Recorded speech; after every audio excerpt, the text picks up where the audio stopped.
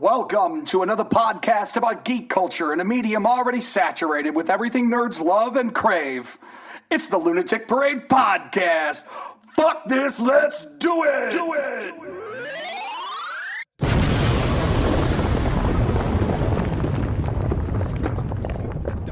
It's a very valid question. Advanced civilizations. All right, Curt, you want to lead us in? Yeah, it's Lunatic Parade Podcast. We're here with Trent. Hey, how's it going? Michelle. Hi. Bob. That's me. And I'm Curtis. Let's get this thing started. She's going to stab you. You called her Michelle instead of Stormy. It's all good. Yeah. I'll get it. I will. I can feel the daggers flying out of her eyes right now at you. It's about to call lightning right now, like a 66. Storm Eventually. Thunder. People find out my son is trans. They're always like, that would be hard to get. I'm still calling, dead naming him. I'm like, I've called him the dog's name, and I'm not good with names, period. So, yeah, doesn't hold it against me. Speaking of names, one thing that's hilarious, and this is not geeky or gaming related at all, but my dad, all right, 72 years old, all right, sharp dude, awesome guy, but it's so funny to watch him now. Whenever there's a conversation happening about my entire family, yeah, because most of the boys in my family have T names, and my stepsister does too. So right now in my family we have Trent, Travis, Trevor, Todd, Terry, Tristan, and Tate, Teresa. I think that's all of them. It didn't occur to me that you were talking about a consonant. I was like a T name. Yeah, is that like? It's tea time, and your name is Lord Fauntleroy for the period. It's really funny because my dad will sit there and he'll be like, Trent, Terry, Trent, Todd, whatever the fuck your name is. He can't, he's so old, it's just like, one of them fucking T names, you, come do this. That was my grandmother for most of her life. She would go through everybody in the family, and we just started answering. If she's looking at you, answer. Right. But she's going through people that have been dead for 40 years. I'm like, Grandma, I'm not Butch. He's dead. You were there in 1935. All right. That's awesome. All right, where are we going to start today, Curt? Oh, dude, we're going to kick off about San Diego ComicCon and all the happenings and revelations that they came out with this weekend. Fuck yes, ComicCon, dude. I'm so stoked. I Would know. have been a good place to be. Unfortunately, we were stuck here in Ohio. Yes, I know. But Stormy, I almost did it too. Daggers. Stormy and I are talking about going there next year for our honeymoon, since we didn't really take a honeymoon this year. It was more of a vacation. Yeah. We're thinking about, since our wedding falls, our anniversary falls right around that time, we might actually go to Comic-Con next year. That would definitely Hey, by that time, qualify as making it count. Yeah. Yeah, that would be a good deal. Make it a business expense. Yes, I will make everything a business expense. Before we get into the particulars of But it. how do you make lube a business expense? We talked about cherry flavored anal lube. This is true. Wow, this is just going to be a current Because, thing. no, you have to talk about business for 5 minutes. Yeah. So that could be really kinky and fun. Exactly. I could dress up as like this nerdy secretary. I can't remember what country's doing it, but they are affording their employees. Honestly, it's got to be the Netherlands. That seems like something they would do. But they're affording the Netherlands like a masturbation break. They know that tensions run high. It's a great stress reliever, and they won't fire you for it. Which I think you can get fired for jerking off in a bathroom at work, right? Yes, you can. Yeah, probably I think so. Yeah. Like if I'm in the toilet stall, what harm am I doing? This is important. Not only fired, but arrested too. Like if I have to go in there to shit, exposure. I'm relieving myself. How is it? You can get arrested. Yeah. If I'm jerking off in the privacy of the stall, I get arrested. It's technically public indecency. Yeah, because you're in a Get the public fuck outta building. here. Are you kidding me? Because you're in a public bathroom. Yeah. Yep. And you'll be labeled as a sex offender for the rest of your life. Okay, how do they know I'm jerking off unless somebody actually fucking went in and was watching me? So who's the pervert there? Both of you. God damn it. Yeah, dude, that shit's all kinds of fucked up, man. I had a friend in Florida that got put on the sex offenders list because he was drunk and took a piss outside and didn't realize there were school children walking down the street because it was 9 a.m. There was 2 kids going to school, and he took a piss outside of his house, and now he's on the sex offender list, which is kind of ridiculous. I used to run after work, and that was like a panic moment for me because I would get off work and I would try to keep from drinking any water like a couple hours prior to me leaving work so I could go on my run. When you run like, 3 or more miles, you're going to have to pee. And there's not like porta potties every 3 blocks. Right. So we get into a situation where my bladder's completely full and I'm just trucking past loads of kids waiting for their bus going, Jesus, where are the tall bushes? Especially when it's as hot as Satan's asshole around here right Right. now. Right, exactly. No Yes. good options. All right, so Comic-Con, where do we want to start? I would like to start top of the order. The first thing that they came out with was the Eternals. And if you don't, because there's not a lot of, there wasn't in my time reading comics. Let's just get that out there right now. Like 4 people at this table, we're all geeks. When's the last time you bought a comic book? It would have been for me, 2019, probably about 5 years ago. 5 years ago. Yeah, We for me had- it's we had longer. files. It's way longer, like 15 years or so since I had a pull at a comic shop. The 90s. Yeah. Yeah. So I didn't even know. And and this one's even less. I have a couple issues of Eternals, and they're all old shit that I'd pulled out of quarter bins or flea markets when I was a kid because it was a very sporadic run. It ran for a few years. It was a Jack Kirby idea, and then they would occasionally dust it off and throw them back out there. They're like really fucking important. I don't know if you guys know who they are. To be honest, I know absolutely nothing about the Eternals. I've heard of them. But The Eternals, the Celestials, like millions of years ago, just went about the galaxy, fucking with things the way Ego did in Guardians of the Galaxy 2. Matter of fact, Ego's a good representative of those Celestials. Isn't the Collector one? The Collector's probably one. I didn't see him in there, but they created what would be superheroes. Like, they created Thanos. Those are the Eternals. And they're thousands of years old. They're like, I think the ones that are in the movie might be like 35,000 years. And they have several little hideaways and lairs dotted throughout the galaxy and on Earth. One of them's in Olympia. I know that. And they created the Eternals, and they also created their nemesis, who are called the Deviants. And for right now, I like that. Back to porn. yeah, here we go. We're headed back in. So Sorry. that's them. That's going to be a big tentpole film with, oh my God, like the cast, like Salma Hayek and Angelina Jolie.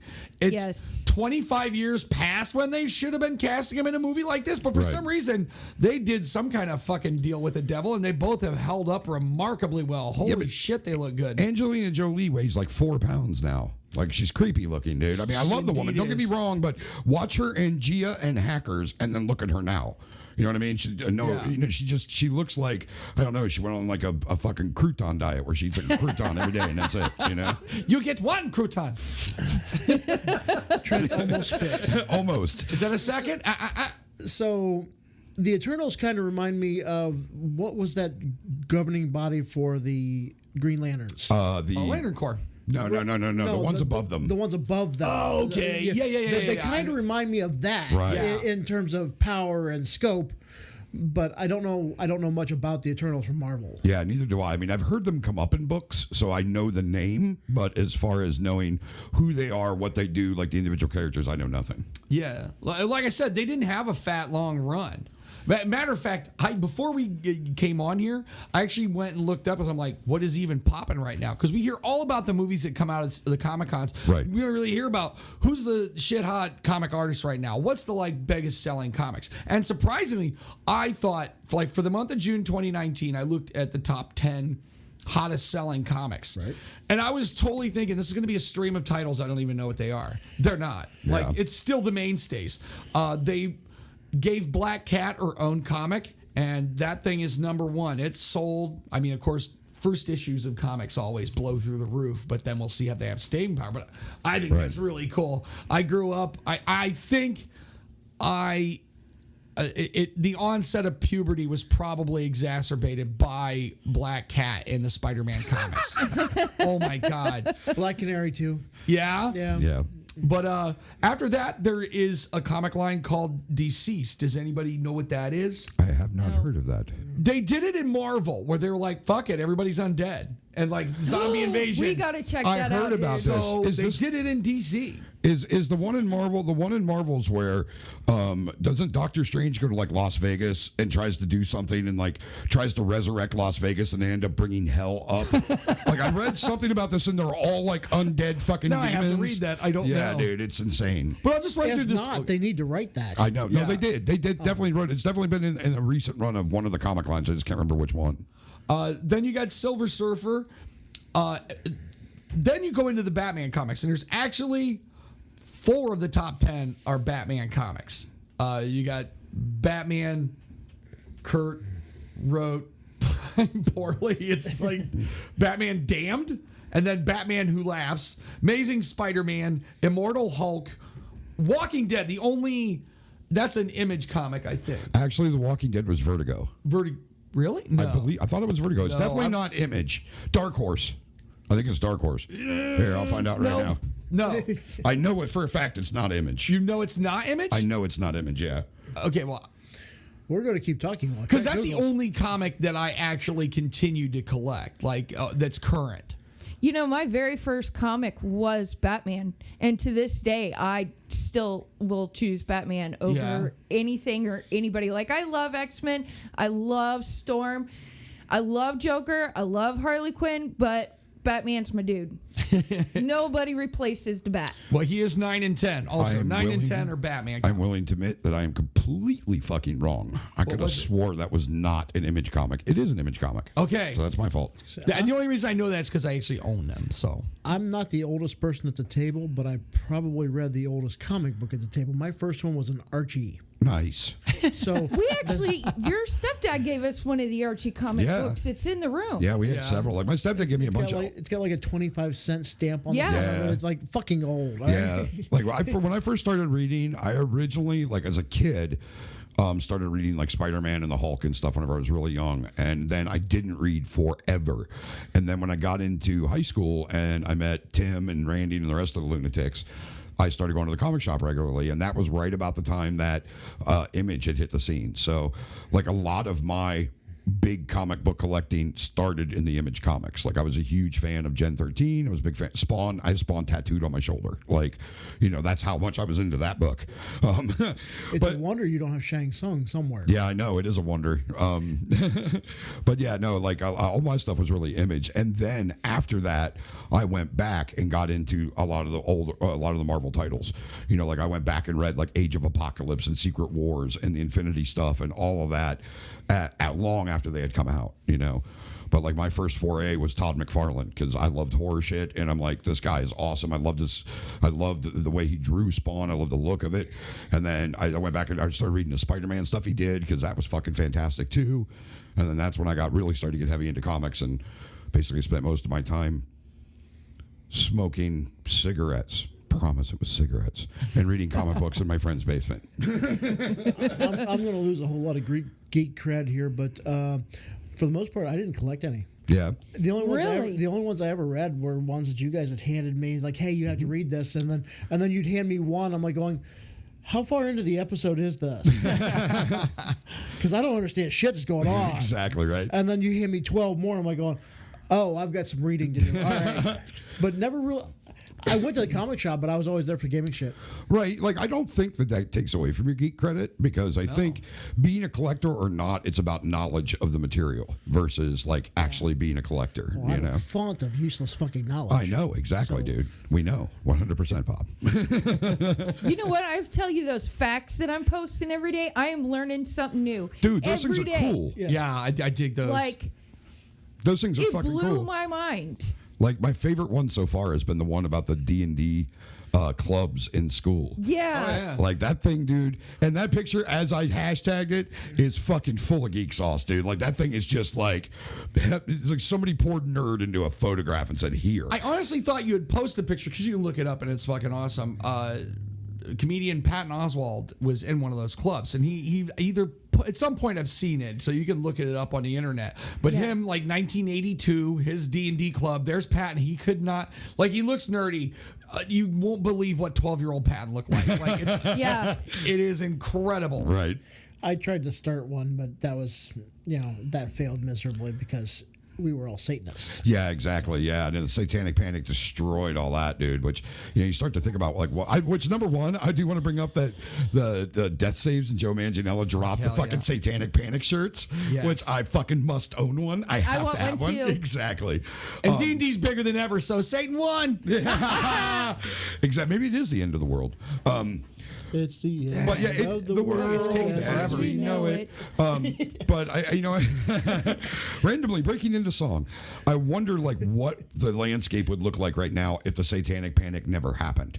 So if Dungeons and Dragons was allowed to be as prolific as it is now back then, where would we be at right now? Do you think it would be as popular as it is now, or would it have died off? I totally think that it would have come and gone. Tim and I at work, we were talking about that. Some things are they're eternal. I don't think anybody could have guessed that it would gain this kind of popularity at this point, where people are they're just tuning in to watch people play it. Right. I don't think anybody could have guessed that would happen.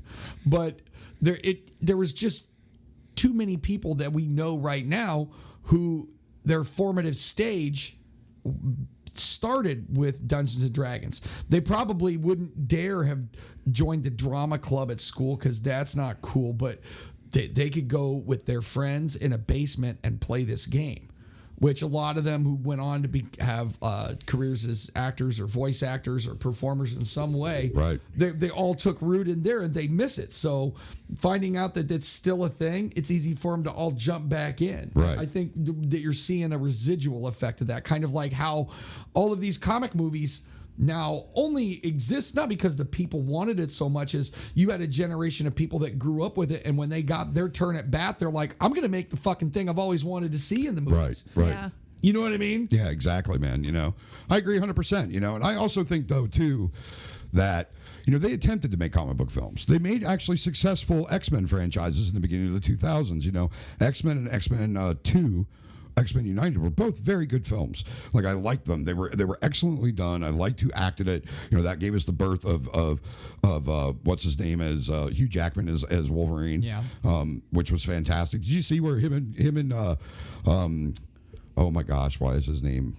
Patrick Stewart got honored by the Guinness Book of World Records for playing the longest running comic book character on film. The two of them both got the award because they've been playing for almost 20 years. Yeah. When you think about when Logan came That's out, bananas. it's almost 20 years. You know what though? If I see, because they're casting the new Wolverine movie, and it's gonna be hard for me. It's almost like an Iron Man.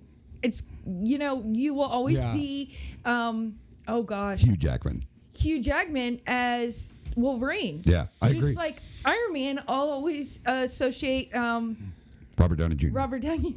Sorry. Big brain fart. I'll just sit here and be your personal Wikipedia of actors. Let's see who she's coming up with next. But no, I agree with you. It's going to be hard to see somebody else in the Wolverine role. But at the same time, I think if they do it correctly, I think that we can get past it. Because when those initial X-Men films came out in the 2000s, I really didn't see anybody else playing Professor X.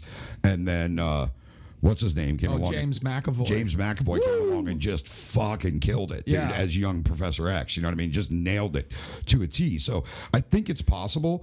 I just hope, and I believe actually that Marvel will actually spend the time, find the right person for the role that's going to be able to do that. I mean, I'm sure I'm a big X-Men geek, big, and I'm sure I'll love it.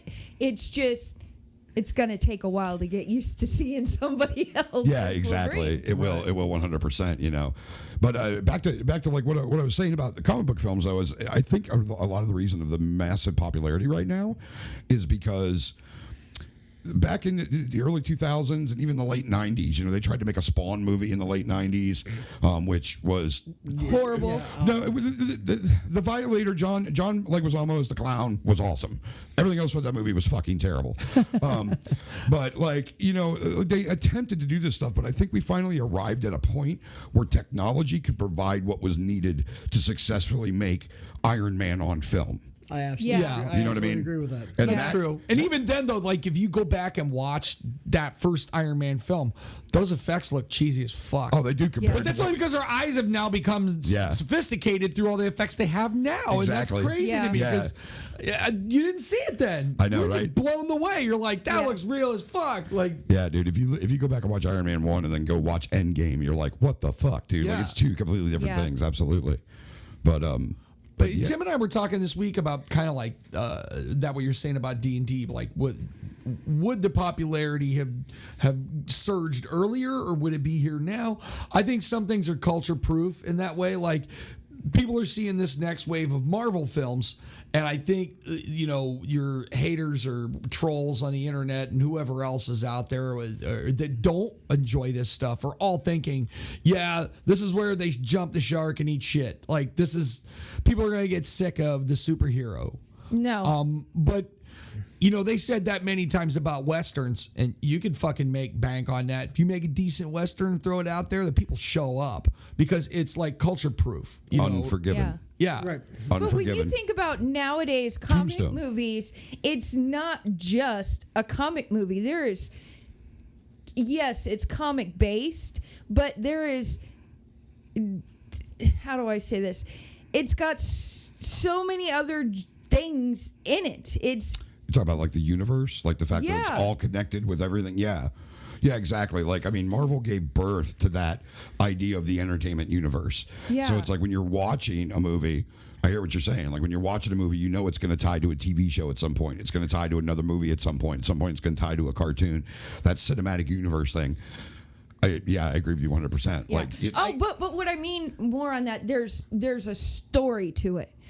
So it's like it's watching a movie and then cool, it's fucking comics as well. Yeah, right. But it's I don't know how to say it. I'm just mumbling, but whatever. I kind of liken it to. I'm a huge Stephen King fan. Right. So if you're reading Stephen King and you miss a word on page 5, you may not know what the fuck's going on page 150 because so if you miss one of these shows, you could be screwed. Yeah. Yeah, absolutely. Yeah.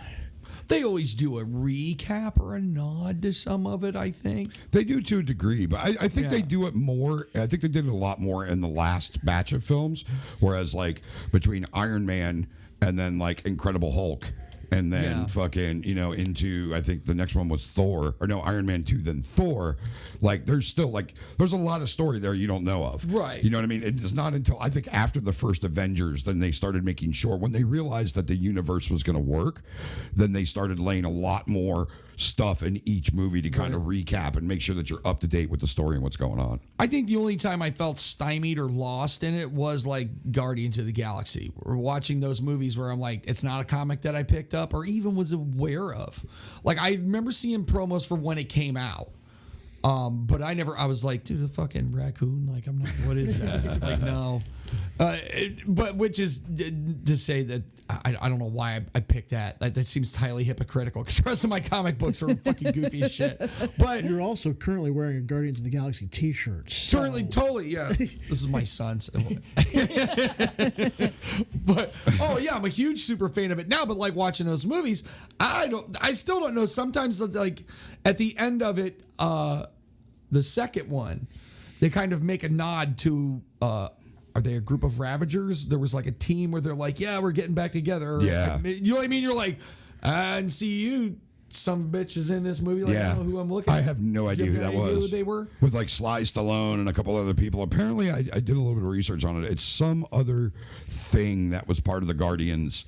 It's like a historical thing that's part of that world. Okay. And like, I don't know anything about So it. you'd only know that if you did read those comics. Right. Yeah, exactly. You know? Yeah. Deep cuts, man. Then I completely missed it because I had no clue. Yeah, because Guardians was not a comic I read either. I knew of like Adam Warlock, and I knew of Yondu, the Nova Corps, Rocket Raccoon, because he's just fucking awesome.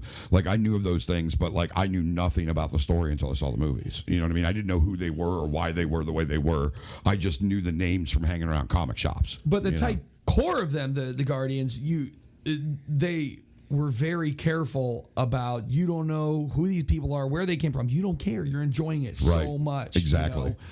Like, I'm really happy they're bringing James Gunn back to do part 3 too.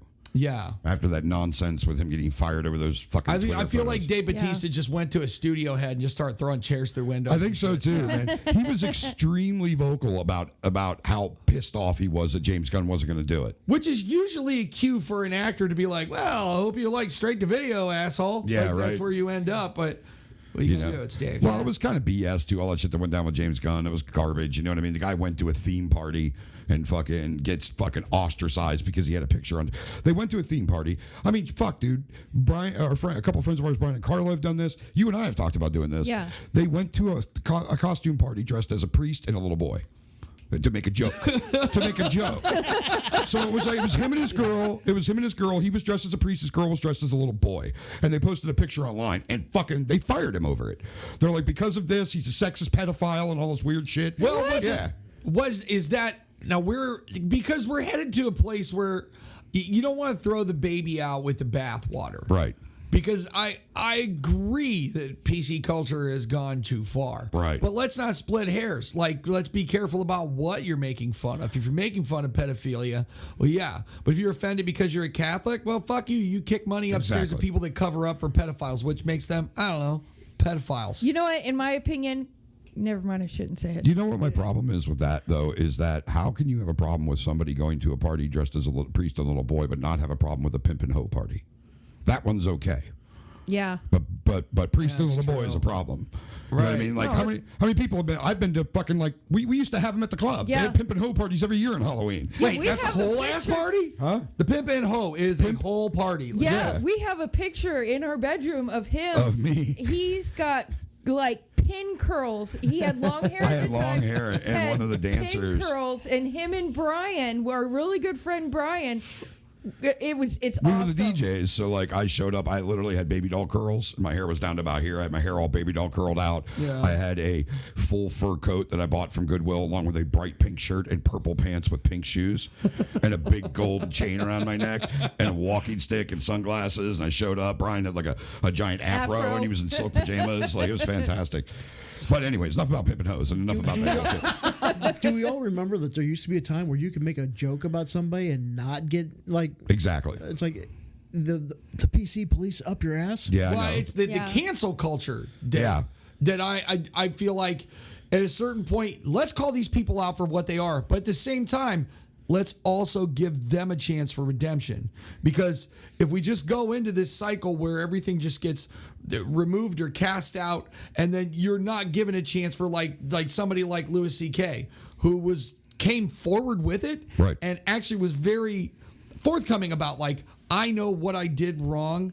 And it wasn't that like I asked for permission, but I shouldn't have because of my position. I was taking advantage of people. Right.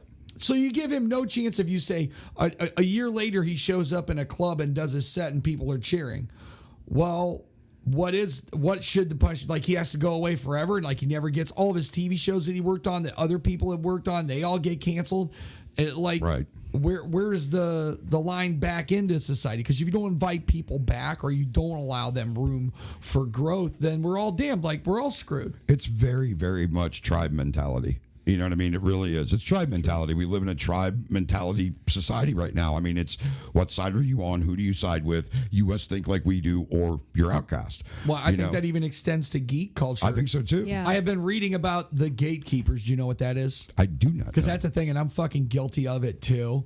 I see young college kids come in, and they might have a comic T-shirt on or go to ask me about that like that. And I'm like, almost immediately there's a knee-jerk reaction where I'm like, you don't know what the fuck you're talking about. So you don't. And I get up in arms. I'm like, I was reading this shit before you were born. So they like, you're guarding, like you don't belong here, Right. and that's fucking wrong. Like, Well, I there's admit a that. lot of people that buy the comic T-shirts and the comic stuff just because it's something cool to have. They've never read a comic online or a book or anything like that. It's the cool thing to have. I can remember I was in middle school and I was so happy to get a Batman backpack. So happy. It lasted one day in school. Right. One Really? day. Yes, it did. Because I got tormented so bad for it. I was like, fuck this shit. I came home crying, everything. Nowadays, if you don't have anything with a logo on it that's Marvel, DC, whatever it may be, you're not cool. Right. And I do agree with that. I don't necessarily agree with the fact that everybody who has never read a comic book is in that category, though, because like I think we have a generation of people that have been introduced to comic lore through the movies. So like you have a lot of kids out there that they know the films, so for them it's the movies, and they're still just as much of a fan. But dude, how many fucking comic book shops are there left? You know what I mean? Like, we lived in Florida, and I think the closest one was fucking St. Petersburg. Oh, no, there was one in Sarasota. That's right. See, I don't take that as a valid excuse, because you can get comics online, you can get comics on Kindle, you can get comics anywhere. Yeah, valid point. No, it's a very valid point. It's just like a bookstore. How many freaking bookstores do you see? Are you telling me that people don't read anymore? Well, what I mean is, I agree. Or a video store? Tell me how often you see a video store. Right. I'm just saying that there's a group of people out there that are fans of the films, and that doesn't make them any less of a fan of the lore. No, that's not what I'm talking about. What I'm talking about is you go up, you see someone have a shirt on, you're like, oh, that's really cool. You go to talk to them, and they have nothing to say. Yeah, they have nothing. I know what you're talking about. I do agree with you 100% because I've seen it a million times, but I think we're actually past that. I don't, like, when Marvel, right around the time of the first Avengers film, when they realized this shit was working, then you saw people all the time with fucking Iron Man t-shirts and fucking Incredible Hulk t-shirts and Thor t-shirts and didn't know what the fuck they were talking about. But I think we're past that now. Like, I think we've gotten to a point where people who are buying those are fans of the franchises. You know what I mean? They're fans of the movies. But totally 100% agree with your very valid point. I agree 100%. There are a lot of poser assholes out there. Yeah. At this point in society, it is so prevalent. I don't think you could find anybody that truly didn't know something about what's going on. Very true. Very true. All right, well, let's move on to the next announcement. Here is Black Widow. She gets her own movie? Are you kidding me? She had to die to get a movie. That's spoilers. Which, by the way, I'm going to say this is geek culture gone too far, possibly. But I don't like what was implied in that Avengers movie, or somehow that like there's a theme that runs in there. And maybe I'm being hypersensitive about it. But like they imagined that Clint's life was valuable because he had children. And somehow not having children is this lesser quality of life. Or you know what I mean? Right. That it makes you a more valuable person. I think you're being oversensitive. Am I being oversensitive? Because, I mean, if you think about it, like, okay, dude, if you and I were in a situation where one of us had to die to get out of it, I don't have children. You do. You know what I mean? You have people. You have a child, dude, and I know that I would not be the person I am today without my father in my life. So, like, I would step into that because I don't have children. I have a beautiful wife that I love very much, but I don't have kids. You have kids, dude. You know what I mean? Like, I think that's just instinctive for us to think that way, dude. Children are awesome, and we want to protect them. And like, the most horrible thing people can think of in their head is a child without a father or without a mother. You know what I mean? Right. So it's like, when that happens, I think that's what went through her head, more and less of you're more important than I am, but more of I love your children. She's Aunt Nat, and going, I don't want to see your children grow up without you. And sacrifice yourself as a result. I mean, I get that portion of it, but I'm just saying that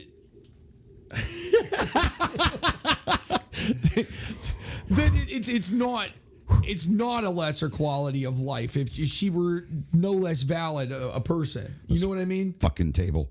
Yeah. All right. Let's talk about her movie. Yeah. Well, it's got they've casted David Harbour from Stranger Things is going to be in it. Do we know what he's playing? No, it did not say. Curious. It just said that he was casted, and it's supposed to take place in Budapest after Endgame. It can't be after Endgame. She died in Endgame. It's taken place in Budapest after Endgame. Huh. I wonder how they're going to work that one. See, because that undoes everything. If she lives, then because I thought the story of Budapest was a story that her and Hawkeye talk about in Avengers 1. So how are they doing Black Widow without having Hawkeye in it? Was the next question. I might be confused, but I'm pretty sure it takes place. We'll have to read on it some more because I don't know how they would do that. I'm pretty sure. Yeah, I mean it's who knows, man. It's in the initial stages at this point. And Cast Master is the villain. Castmaster. I have no idea who the fuck that is. Do you? Neither do I. Is that the lady that did all the plaster dicks of rock stars? Oh, there we go. Hugo and Dix. No, that's again. Cynthia Plastercaster. That's somebody completely different. And how do you make a fisherman evil? I don't know. They're the most mellow people on the planet. Yeah. Are they? I am. But that's usually involving alcohol. But like you're not and doing it for a fishermen. job. Like if you had to like haul in the fucking fish and you're like the fish ain't biting and you're fucking like, you know what? I'm not gonna make my mortgage these goddamn fish. Like maybe you turn evil and you figure out a way to fucking. Are you sure it's not Taskmaster? Because I just looked up Castmaster, Marvel, and fishing poles. Oh, came dude, up. if it's Taskmaster, Okay, maybe it is Taskmaster. okay, Shame on if it's Stormy. Taskmaster, I got a couple comics with Taskmaster in it. Yeah. And he has a very unique power in that he can mimic anybody's fighting style.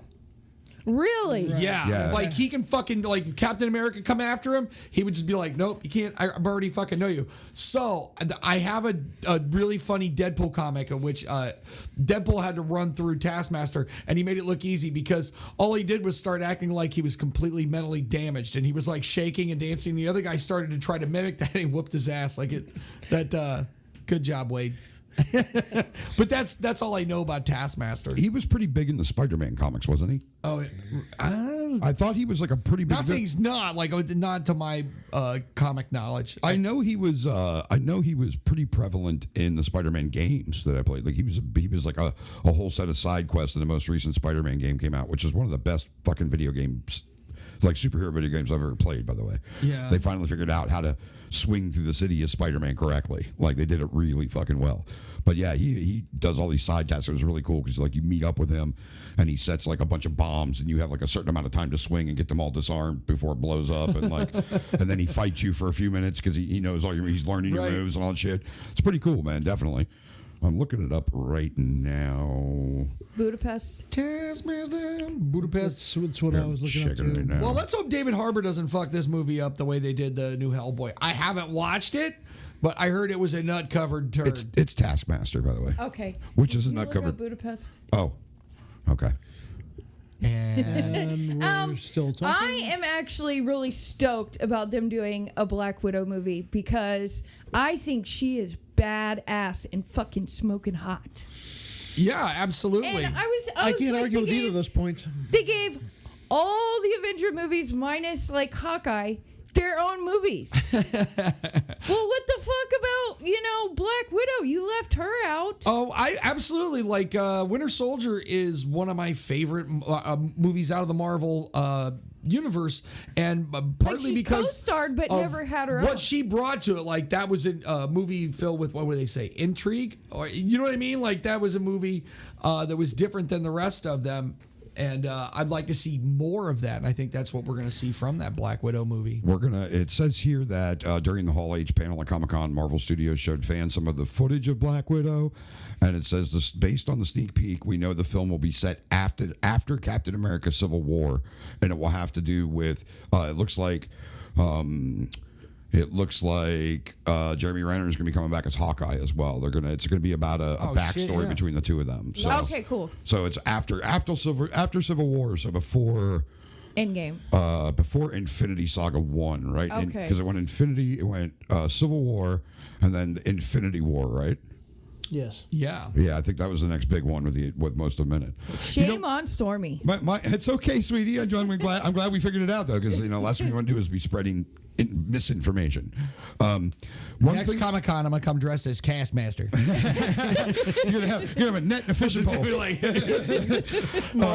Marvel, in case you're wondering, we just created your next villain. Exactly. Right. One thing I'm very disappointed about when it comes to the Black Widow movie, and I'm very excited to see the Black Widow movie because I think Scarlett Johansson is awesome in that role. I love the character of Black Widow. I love the idea of the Russian assassin turned fucking American superhero. But what bothers me so much is that it took Marvel so fucking long to get to it. Wonder Woman, DC hit Wonder Woman. How is it that DC and their fucking goddamn shit stains of fucking movies are the first ones to the goddamn female-led, female-driven superhero film? You know what I mean? Marvel should have been the first one to that gate, and I think they missed a big opportunity in that. And I think they're trying to make up for it. That's why we see, which I love the empowered woman scenes in Endgame and stuff, but I think that's why we're seeing so many of them, because they're going, fuck, we should have hit that ball first. Well, you know what I mean? They did have Captain Marvel, but it came out after Wonder Woman. It came out way after Under Woman. Yeah. Under Woman? I think there's another one, Under Woman. There's another Castmaster and Under Woman. You and I need to start a podcast about that. There we go. I think they were not hinting at it, but I think they were providing plenty of that all the way up through. Like through the Iron Man films, you get the impression, just like in the comic, that look, Tony might be a genius, but the only reason that he isn't a slobbering idiot is Pepper. Right. Yeah. You know what I mean? Right, but it's still not the dude. Yes, I agree with that. They talk about how important the women are, and they show how powerful Natasha is in those films, but when you compare that to Endgame, where you had how's she gonna get it across the battlefield? She's got help, and there's like 80 fucking female superheroes show up and escort her. Black Panther was like, Black Panther was huge with these that. guys ain't shit. These women can actually take over exactly. right now, like, should they want to. Yeah, I thought that was great. Like Black Panther. I mean, number one, you had your first. I'm not first because Blade was the first one that did the first African American superhero, but like it was the first of the Marvel films, and it was an African American superhero. But on top of it too, his entire supporting cast was women. Yeah. All of the powerful people from Wakanda, all of them around him were women. Yeah. You know? I think they did a huge disservice to Scarlett Johansson. They've had her literally staying at peak physical conditioning for almost 20 years and just now decided to give her own movie. Like, they could have done this 10 years. 10 years. Yeah. Okay, I'm way older than I seem. We first saw her in Iron Man 2, which was like 2010 or 2008, 9, something like that. But she's been in pretty good condition for 20 years for sure. Yeah, but I mean, that Lost in Translation movie opens with just a shot of her naked butt. I love that girl. She's Like fucking awesome. that's it. I love you. I'll need to but look at that. Anyway, I love redheads. I know. I remember the first movie I ever saw her in, which was Eight-Legged Freaks. She an eight-legged freak. She was the daughter in Eight-Legged Freaks who sneaks out of the house, is riding with her boyfriend. They're out dirt road and dirt like fucking off-roading in the desert, and fucking her boyfriend tries to like get in her pants, and she tases him in the balls, and he fucking pisses himself, and she gets out the truck and leaves. That's the very first scene I've ever seen Scarlett I Johansson. gotta go back and watch that movie. Does it hold up? Like I remember enjoying it. I love that fucking movie because number one, David Arquette is fucking fantastic. Yeah. Number two, that movie did not try to take itself seriously. You know what I mean? So I love the fact that the giant spiders all make like animal noises, and like it's just fantastic. You know what I mean? Like it just did such a great job with it. I love that film. It holds up totally in my opinion. But anyways, yes, I agree though. They did wait way too fucking long. That girl, you know, she's been there since Iron Man 2. So other than Tony Stark and Pepper Potts, she's the longest running character. You know what I mean? Absolutely. She's there. Yeah. She's been there for all of it, and obviously Nick Fury. But she's been in most of the movies. she's been in almost all of them. In some form or another. She shows up in almost all of them. We didn't see her in Captain Marvel. And we didn't see her in some of the latter stuff, but like all that stuff in the beginning, the Cap films, you know what I mean? All that stuff she was in, dude. And like Technically, in Captain Marvel, she'd have been a child. Oh, that's true, because Captain Marvel was the 80s, so she would have still been in Russia. Yes. But yeah, I agree. Like I that's my big problem with it, is it took Marvel way too long to get there. We should have had a Black Widow movie 5, 6, 7 years ago. Captain Marvel is in the 90s. Oh, that's right. It was the 90s. Yeah, because the Mallrats script. But still, she'd have been a child. Yeah, she's still, yeah, absolutely. Next up, speaking of Winter Soldier, you have the streaming TV show will be The Falcon and the Winter Soldier. Yeah. I saw Anthony Mackie roll on stage at ComicCon with the Cap shield. That's an interesting exploration. Falcon is one I never really picked up that comic.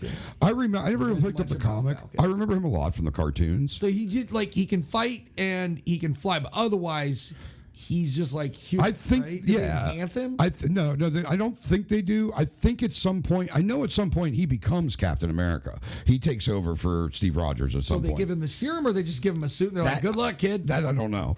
I mean, I do have to admit, like when I heard that Falcon was going to be in Winter Soldier and then Captain America Winter Soldier, I was like, okay, it's gonna be Falcon. Or I really hope we don't get a guy in a big bird suit, which is what he was in the cartoons whenever I was a kid. And I'm like, I thought the way they handled it by making him like a pararescue trooper with those fucking deployable wings, and like the way that they did the action with him was probably my favorite part of Winter Soldier of that movie. Was like that scene where like he's flying down towards the top of one of the fucking one of those things called the big flying fucking aircraft carriers. I can't remember what they're called. He's flying down towards one of them, and then like he closes the wings, shoots at somebody, hits the ground, like does a somersault, shoots a bunch of people, jumps off the fucking thing, and they come back out and he starts flying again. That looks like, much better. Like if you want to compare them side by side, I would like to watch this. My favorite shitty thing about the Batman movies, the Burton ones, the second one.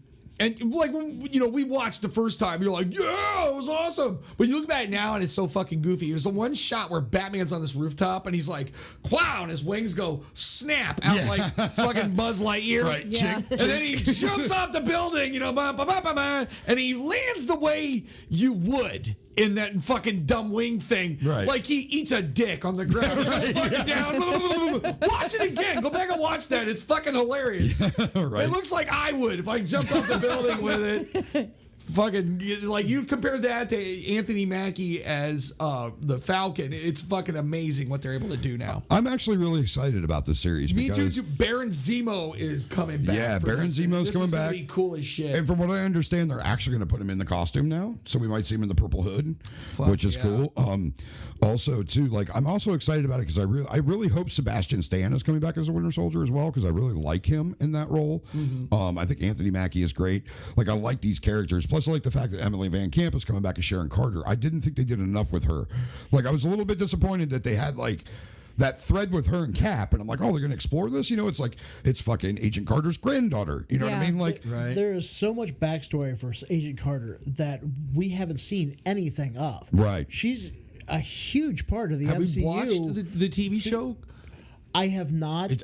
They said they knocked it out of the park. Yeah. Like it's a shame that got canceled because it was really truly awesome. yeah, it only lasted 2 seasons. She is truly like the predecessor to the CIA. Right. Like she worked with Captain America and the Howling Commandos. It's like she was that part of what SHIELD was before it was SHIELD. There was another name for it. It was like the FFDC or something. It was some kind of science division thing. Right. But yeah, she was like the liaison for that. So like she was a big thing with like the 1940s Howling Commandos stuff is where she was mostly involved. But yeah, like I have never watched that show. I heard it was awesome, but there's just so much TV to fucking watch. I just never got to it. Yeah. It's on that mythical list of shit that I want to watch that I will never fucking get. It's like the number of books that I own versus the number of books that I've read. Right. It's like I will still be reading these 10 years after I'm dead. I stop doing everything else now. But even so, maybe you're like me. Like I'm gonna have a hernia surgery coming up, and I have 6 whole weeks off. Hashtag and I start old. going, okay, when I'm off, I'll watch that. When I'm off, I'll watch that. And I know after that 6 weeks, it'll be like, God damn it, I rewatched Firefly and sat in my underwear playing Neverwinter for fucking 6 weeks. We do that shit all the time. Me and her are like, we want to find something new. And we're like flipping through, and there's all kinds of shit we could watch, dude. And we're like, yeah, let's go back and watch Bones. You know, like, yeah, let's go back and rewatch Criminal Minds. You know, why not? Right. I think I've watched Merlin from start to finish like 5 times. We are our worst. That Merlin series is good. Oh God, it's amazing. Yeah, it's actually pretty good. I haven't sat down and watched the whole thing through because she watches a lot while I'm working, and like I've caught pieces of it. It's good. It's good. I mean, It's funny and it's a cheesy like. It's kind of cheesy, but it's good. I mean, I like it. It's a cheesy early 2000s fucking British fantasy show. Okay. You know what I mean? There's a Like, new Merlin. You're talking about an older one. there's a new Merlin. Yeah, Because it's the one you watch is from like the early 2000s, like 2003, No, it's 2004. a fairly recent. I see it pop up on Amazon or one of those streaming services. That's the one. I'm pretty sure. It's probably the same one. Maybe it's Then not. this Maybe is it's definitely newer. this is definitely something I need to watch. Okay, because you research that. I want to talk about That's- Shang-Chi and the Legend of the Ten Rings coming up. Oh. Because I'm sorry, Bob. He was talking. I get a demerit. You asshole. Is that a 4 demerit? That might be 4. Yeah, that's just a I'm single sorry, Bob. demerit. Go ahead. I was gonna say that's something that I really need to get into and watch because Merlin and Greek mythology and Roman mythology is what really drove me into D&D. Oh yeah, right.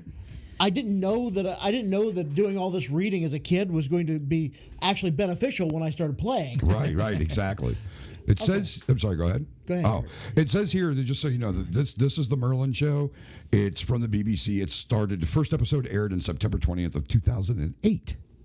So a little more recent than I thought it was. You know, I thought but it was. It's amazing. Like, I love those magic shows. Like, I liked the pieces I've seen of it. What I really liked was the relationship between Merlin and Arthur. Like, they have a because it's when they're young. You know, it's like young Merlin and young Arthur. And Uther's still there, and Merlin has to go through hiding his magical abilities. The only one who knows about it is Gus, which is his uncle. And then in the final season, Guinevere figures out who he is, but she's cool with it because he's basically the one. Every episode is somehow King Arthur's gonna frickin' die, and Merlin saves him. uses his magic to save him. But because of Uther's spoiler alert, because Uther got dragon. Yeah, because he used magic to get his wife pregnant with Arthur, and then, you know, you give a life, you have to take a life, balance of everything. It ended up killing his wife, so that's when he outlawed magic. So that's how Arthur grows up hating magic. Yeah. Not knowing that Merlin is saving his ass constantly using magic. Yeah. It's great, but let's move on to the 10 Rings because I know nothing about this. So I have a few of those comics when I was a kid, and it's a cool fucking story. Shang Chi was a guy who was raised by assassins up in the Himalayas or something, and then he was sent. He's half American, so he's half American, and he is sent to go kill this doctor in London, if I know the origin story correctly. And he does his job, and he's like, oh yeah, I'll go hook up and I'll meet my mom. And it's then that he finds out that, oh yeah, that guy's a fucking madman and you're a tool. Right. And so he tries to right those wrongs. Like, he's a redeemable character. You know what I mean? He starts off as a villain, and then you see the growth of that character. And I wonder how much they bring that to this story, because I feel like it's unusual for a comic hero to start out as an assassin. I see here that it's going to have, it says the real Mandarin. Yes. Which is Not cool. the shitty thing that they had in Iron Man 3. Iron Man 3 is to me like Ang Lee's the Hulk and Highlander 2. Whoa, it that bad? No, I loved the movie, but what they did to the Mandarin pissed me off so much that I just ignore it. Like, that pissed me off, especially since you had Ben fucking Kingsley. You have one of the best fucking classically trained Shakespearean actors on the goddamn planet. And those promos that they were doing, like where they're playing those videos, they were terrifying. He could play such a sinister fucking character, man. And you made him a drunken idiot who was an actor. What the fuck is wrong with you? You know what I mean? That's just fucking stupid, dude. Oh my God, that pissed me off so fucking much. They also said that they started laying the groundwork back in Iron Man 1 for this movie. Yeah, the 10 one rings. of the guns had the 10 ring symbol on it. Well, you look at that where they're showing what's his name, the video of Tony where they were so that's the whole symbols behind them. Yeah, when Tony's kidnapped and they're seeing the video of Tony being kidnapped and them asking for him, the big flag behind him is the symbol of the 10 rings. So yeah, they laid the groundwork back then, which I was really hoping we were actually going to see the fucking Mandarin. And I'm like, ooh, Ben Kingsley is the fucking Mandarin. This is going to be fucking awesome. And then, oh, that's what you decided to do. Fucking hate you. But, you know, whatever. But all I know about him is, I know that he can create multiples of himself. And, a shit ton. Shang Chi? Yeah. Oh, cool. So I don't know if it's D&D terms, some monk abilities, and you know what I mean? Right. That this will be an interesting superhero movie. I've seen that where you use dust and mirrors to make 47 copies of yourself that can carry 3,000 pounds. Oh, I'm sorry. That was something totally different. We're not talking about the Grifter. That's a little throwback to when Bob and I were attempting to make a game with someone else, and Yeah, that was, someone else who really likes to play thieves. We were making up a new character class for thieves. We called them Grifters. And they had this, at level 17, they got the ability to create multiples of themselves using diamond dust and a mirror. They could completely create a magical effect without being magical, create multiple versions of themselves that could all do damage, max damage. Whatever you roll, all 5 copies do max damage. And then they also had the ability to carry, something like 200 times their body weight, because they know how to pack things. That does involve some prep work, though. Dude, all this shit. He can do that. The mirror is not going on the wagon. You're fucking carrying that. You guys will see. This will pay off, assholes. Right. I know. I love the idea of the magical ability with no magic at all. We went through that with a red pen and bled so hard. So hard. No. Bob and I were like, this is not fucking happening, dude. Like, it's just ridiculous. Are you kidding me? But yeah, anyways. So, you know what? I want to bring up something that's not on our list here, I noticed, but I want to bring it up really quick. One thing I was really excited about from ComicCon this year is I saw the trailer for the new Picard thing that's going on. Going to be on CBS All Access, which That's I don't know. right. I know you didn't see it yet. No. Did you see it? No. It's really great. So the concept is they're doing Picard. This is, 20 years, 30 years in the future after he's retired as an admiral, I believe. Yeah. From the Enterprise, and he has like a winery, vineyard. Yeah, a vineyard. Yeah. There we go. And it's about him after that moment, and some girl shows up, and it looks like she's some kind of I don't know, super soldier or predecessor to the Borg, maybe, or some new evolution of the Borg, because this is long after his interactions with the Borg.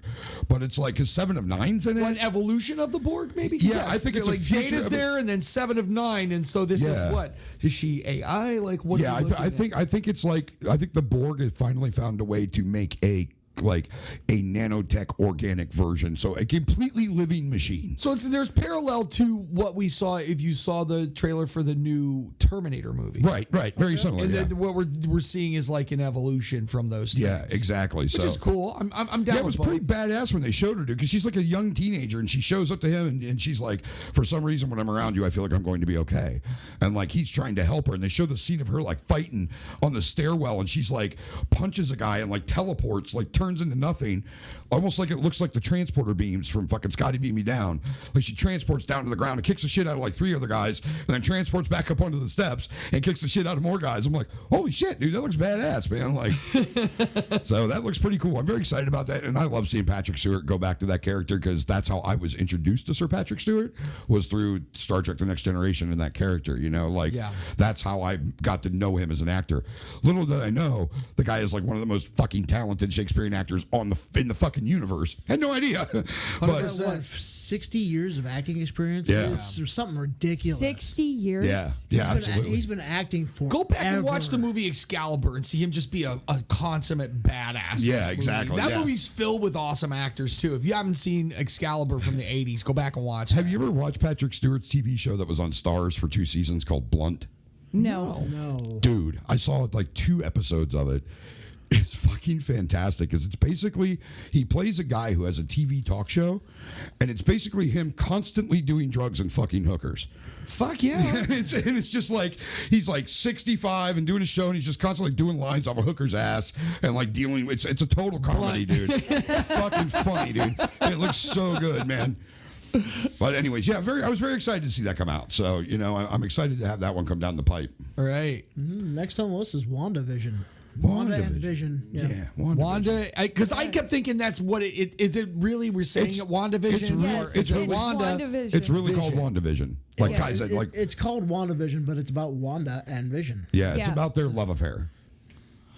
All right. Could be interesting. Well, they fell in love in the books. Wanda and Vision were a couple. You know what I mean? They leaned into that in Age of Ultron and Civil War and all that kind of stuff about the two of them having a relationship. And I know they did that in the books for a while, that the Scarlet Witch and him got together. So I think that's what they're going for with it. They're going to do. It's kind of about them and their adventures as a couple. But does it say whether or not Elizabeth Olsen will be coming back? And yeah, Paul she Bettany. is. Yes. Elizabeth Olsen is playing Wanda Maximoff, and Vision is being played by Paul Bettany.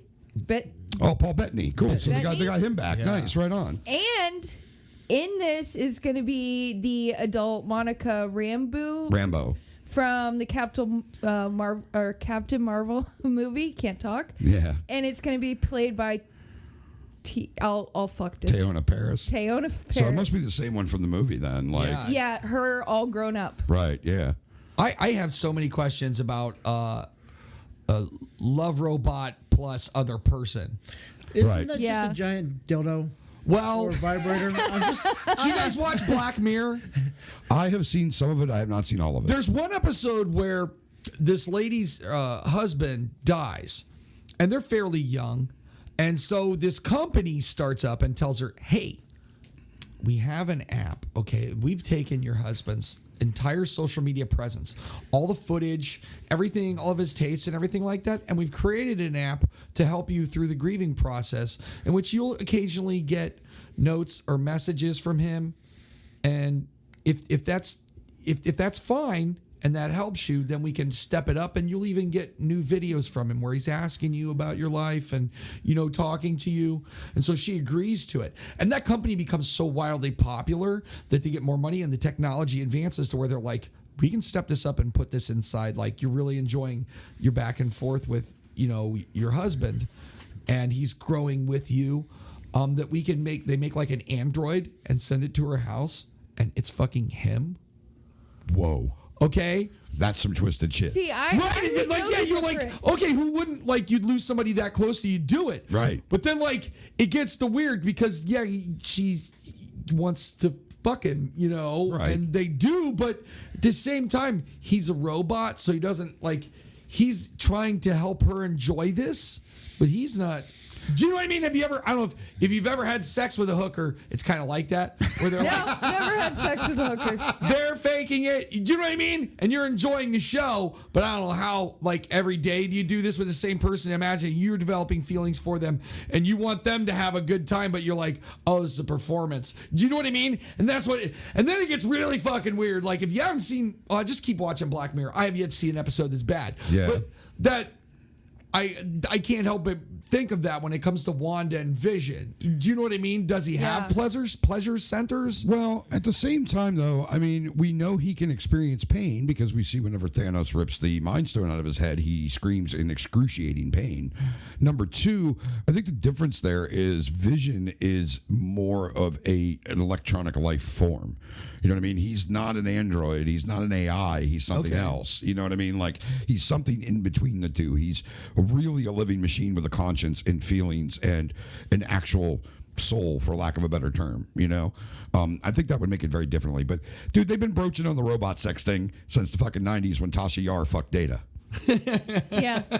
I did not know that. You didn't know that happened in the Next Generation? Right? Yeah, Star Trek The Next Generation. Okay, but what did Data take away from it? Did he enjoyed it? Like, he basically he didn't enjoy it because he doesn't have emotion, but he said it was an experience he wanted to have because he's always venturing to be more human. So for him, it was just another thing for him to learn about. But yeah, something happens and she gets like, everybody on the crew, the ship gets like infected by like fucking happy juice, and they're all just like high, and she ends up fucking Data, dude. Like, it's fucking funny as shit, dude. My work could use that. The awkwardness between them two was even better. Like afterwards, like after they all come down, and every time she's around him, she's all awkward, and Data's just like, what? You know what I mean? He's a fucking android. He's like, I don't understand. Why is she not looking at me? The money's on the dresser, baby. But yeah, so I'm excited about that. I'm really happy Paul Bettany's coming back because I love Paul Bettany. I love that guy. I love the story behind him playing Vision. Like, he was like on the verge of like literally like sitting down in front of his manager's office, like fucking head in his hands, like, yeah, I'm done, dude. Like they're done with me. You know what I mean? Like, I'm not gonna. They basically told him I'm gonna act anymore, and then he got the call to be fucking Jarvis. And they're like, and then they asked him later on that, oh, do you want to play Vision? Like, he thought his acting career was over. Really? And then landed that role. My question is this: he's voicing Jarvis and playing Vision. hold on a minute, did he get double money for that shit? Because he's playing 2 fucking roles. I don't think you so. know what I mean? Because he evolved from one role to the next. Because Jarvis never existed after Vision. He probably didn't stick it to him. He's like, I'm just happy to be here. Yeah, exactly. Yeah. I mean, I'm just I'm a happy. goddamn superhero. I'm an action figure. Yeah, I mean, Yeah. he tells. I can't remember all the details of that story, but he tells the story about how like he literally thought his career was over. He was sitting out front there and then got the call about, hey, because I think what it was is that he was playing Jarvis, and then they were like, all he was doing was a voiceover, so nobody ever saw him. You know what I mean? So this guy hasn't been seen in a movie in years because he's been nothing but a voice. And then they're like, they say to him, basically, Marvel tells him, hey, you know what? We're done. Jarvis is going to be gone in the next film, so you're finished. And he said he was out there like head in his hands, like, fuck me, what am I going to do? Nobody knows my face. Nobody knows who I am anymore. You know, yada, yada, yada. And then he gets the call that says, by the way, you want to come play Vision? And he's like, yeah, I'll do that. You know what I mean? Let me I don't think know about anybody it. who would turn down Marvel. Like, you get that call, oh, no, I'm sorry, I don't want to go work for you, Marvel. Brad What? Pitt. Well, some people have Not fucked Brad it Pitt. up. Like Matt- Terrence Howard, who played Rhodey. Like, That was a money thing. was it really? Yeah, that came down to he claims that Robert Downey Jr. took some of the money that was supposed to go to him, which I know is bullshit because Robert Downey Jr. got points on the company. That's why he stayed so long because, okay, Iron Man 1 almost didn't get made. Like they hadn't made a movie yet. Marvel Studios had just gotten started, and fucking Jon Favreau was with the money guys going, listen, we got to get this guy. We need this guy to be Tony Stark. We can make him the fucking linchpin of this company, of this fucking franchise. And like they came to Robert Downey Jr. and said, listen, we have very little money to make this movie. Jon Favreau's like, I need you to play this character. We will give you points on the package.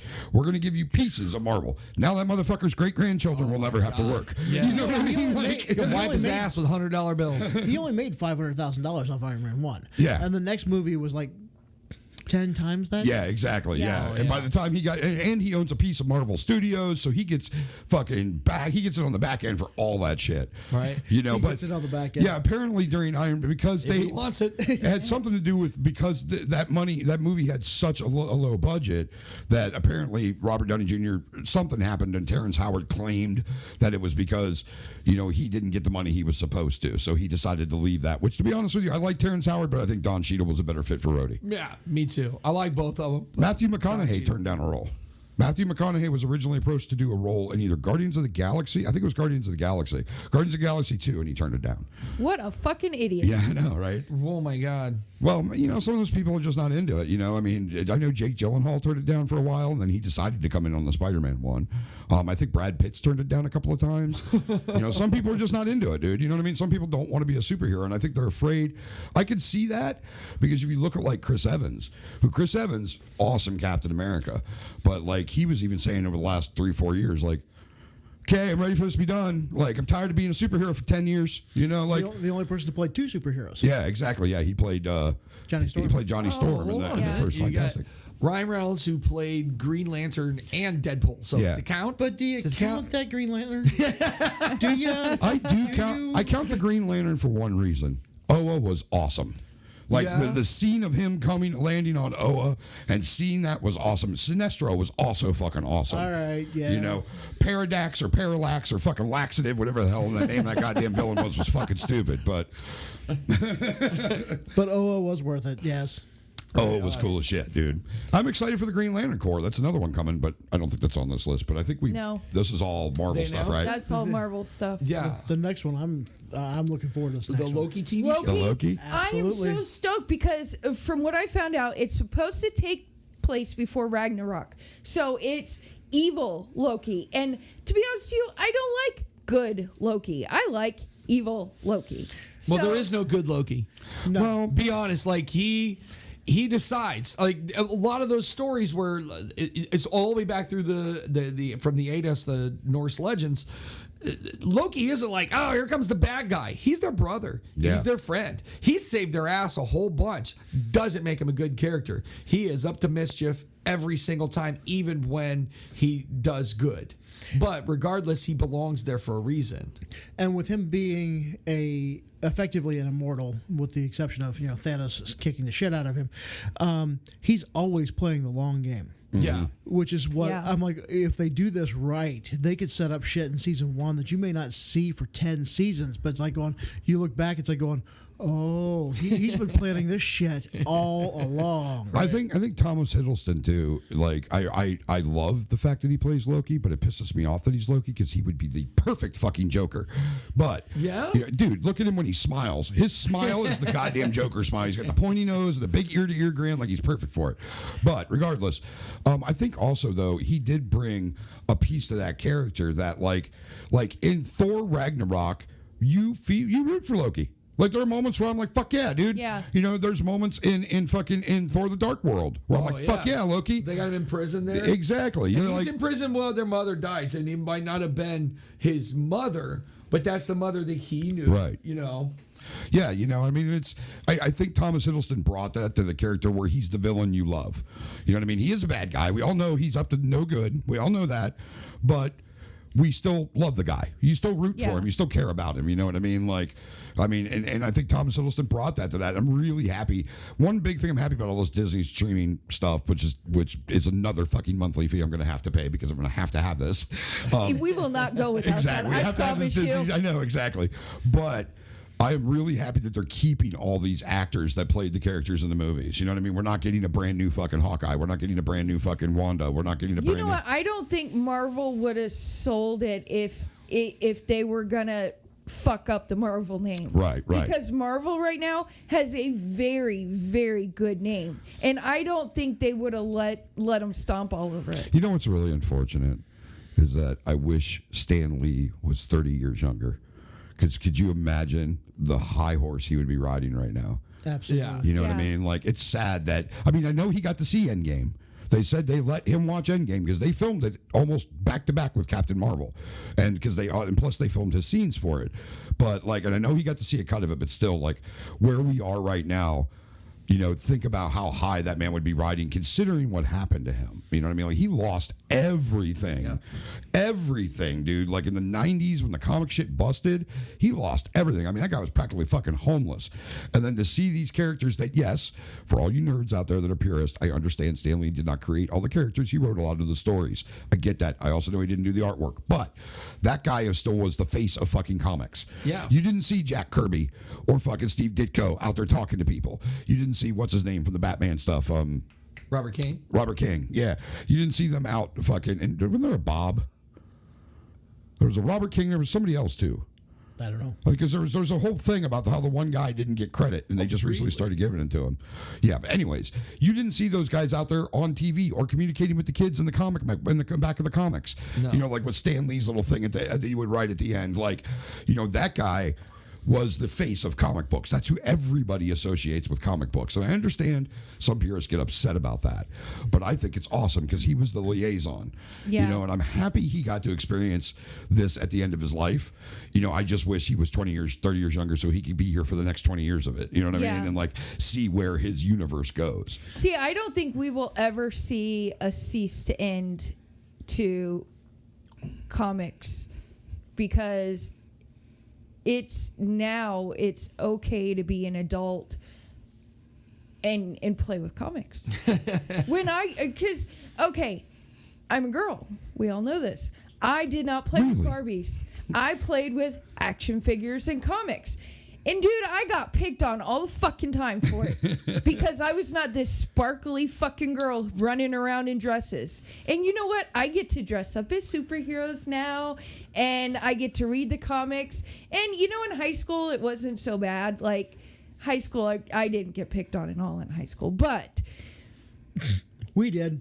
Yeah. I did pretty hard in middle school. Right. I got hit in the But- fucking head with a toilet biscuit or a urinal biscuit. You know Nice. what I mean? But you know, I think it's become part of social norm, and I don't think Right. we'll ever see the end of it now. I do think that we will see a downturn. I think everything has its moments. Everything is cyclical.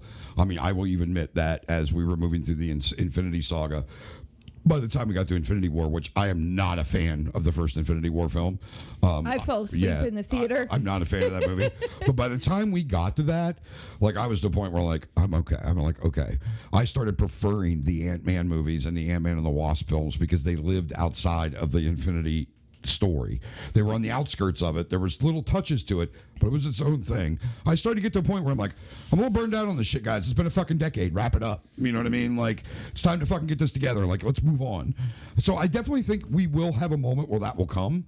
I don't think it'll ever be completely gone, but I think how Marvel and the comic book makers get around that is we have taken a mainstream comic book line and gone 10 years and created an entire universe and done all this story. So keep doing that. But now's your opportunity to start moving into like B-level characters, more independent style comics, more the weird off-brand shit, and start going that direction and do that for a little while and then come back around to the mainstream. That's how you keep people interested the whole time, you know? 2 points that I want to touch back on. First of all, Marvel actually has enough money that they could have said no to Disney if Disney was going to fuck it up. Right. Yeah. So they're one of the few people on the planet that could have went, no, we're not selling to you because you're going to fuck this up. No, Satan, you can't buy us. And second of all, I love the story of Stan Lee. He came up with so many catchphrases over the years, and people kept stealing them. So he finally came up with Excelsior. Yeah. And nobody knew what the fuck it meant because it was a completely made-up word. And he used that just because nobody knew what the fuck it meant, and nobody else could steal it from him. Right. He came up with so many catchphrases over the years, and he would use it, and somebody else would take it from him and make it more popular than he was, because at that time he wasn't the figure that he is now. Right. Right. And he started using Excelsior. Everybody's like, "What the fuck is Excelsior?" Yeah, you know, I mean, a lot of people. There was a little tinge there for a while where there were some of the hardcore nerds and hardcore comic guys out there, or comic people out there, were getting angry at the fact that Stan Lee was getting so much attention and so much what's the word I'm looking for? Like gratitude, lack of word, gratitude, credit for the comics. And they're like, well, you know what? It was actually Jack Kirby who created these things. Jack Kirby and them drew them, but Stan Lee gave them life. Yeah. He wrote those stories. He gave them life.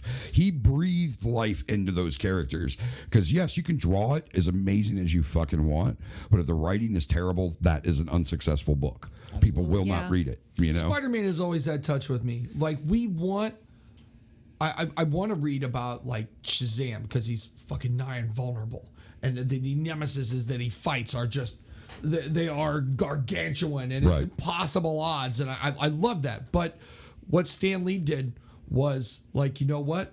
I'm going to have you open that page, and by the time you're done reading the first blurb, you're like, oh, that's me. It'll strike a chord with you. Right. Or if it doesn't strike a chord with you, it does in a way that you go, that's my cousin Terry. Or, I do you know know, what I mean? I know that person. Makes it fucking personal. Mm-hmm. He did that with so many of those characters. And I don't know that that's a thing that you did reading comics prior to Stan Lee. Right. He took the idea of a comic book story and wrote, yes, they were for kids, but they still had very adult themes in it. I mean, think about it. Think about the Incredible Hulk, a man who can't control his anger.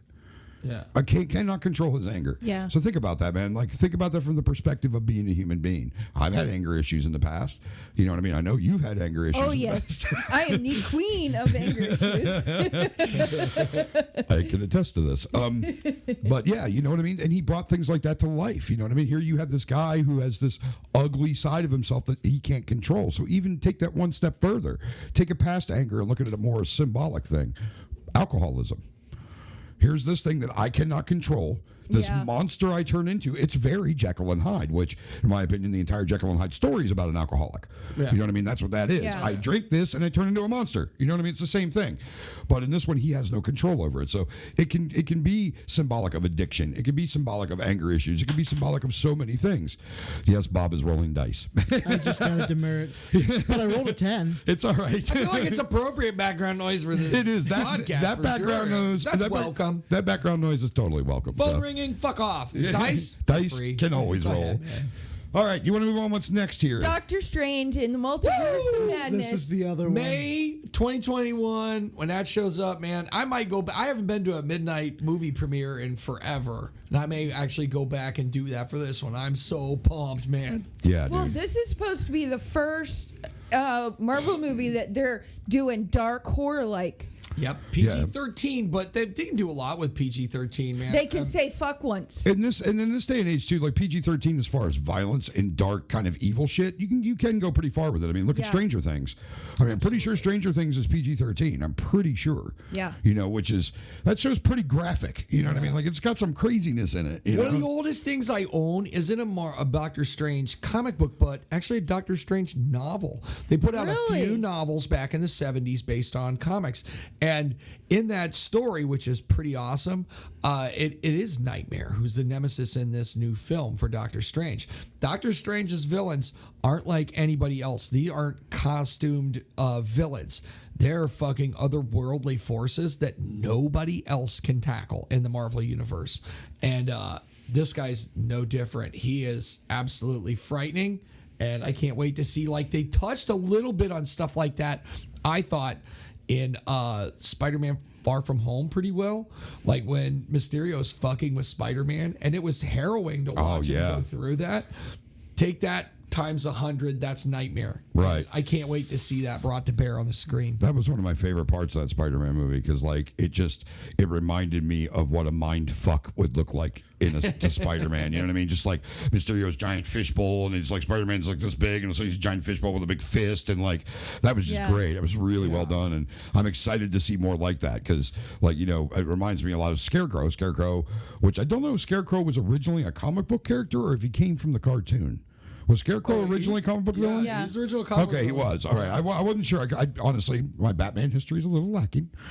But, yeah, you know, like Scarecrow, I love the idea of that. You know what I mean? Just driving, like, taking people to the point of madness, you know? So I'm very excited for it, man. And, like, Doctor Strange, you know, fucking Benedict Cumberbatch's that role is just fucking amazing. Oh, yeah. So I'm very excited to see him in another film. I was really worried we weren't going to get a second Doctor Strange.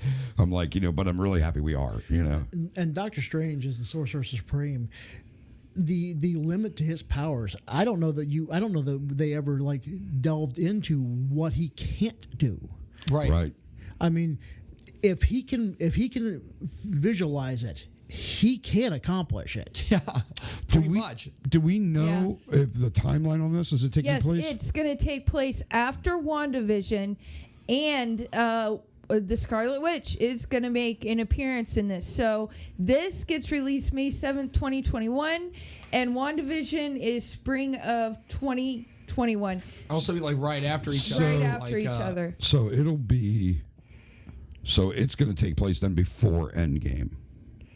Oh, you mean like in the timeline? Yeah, because WandaVision would have to take place before Endgame because fucking Vision is dead.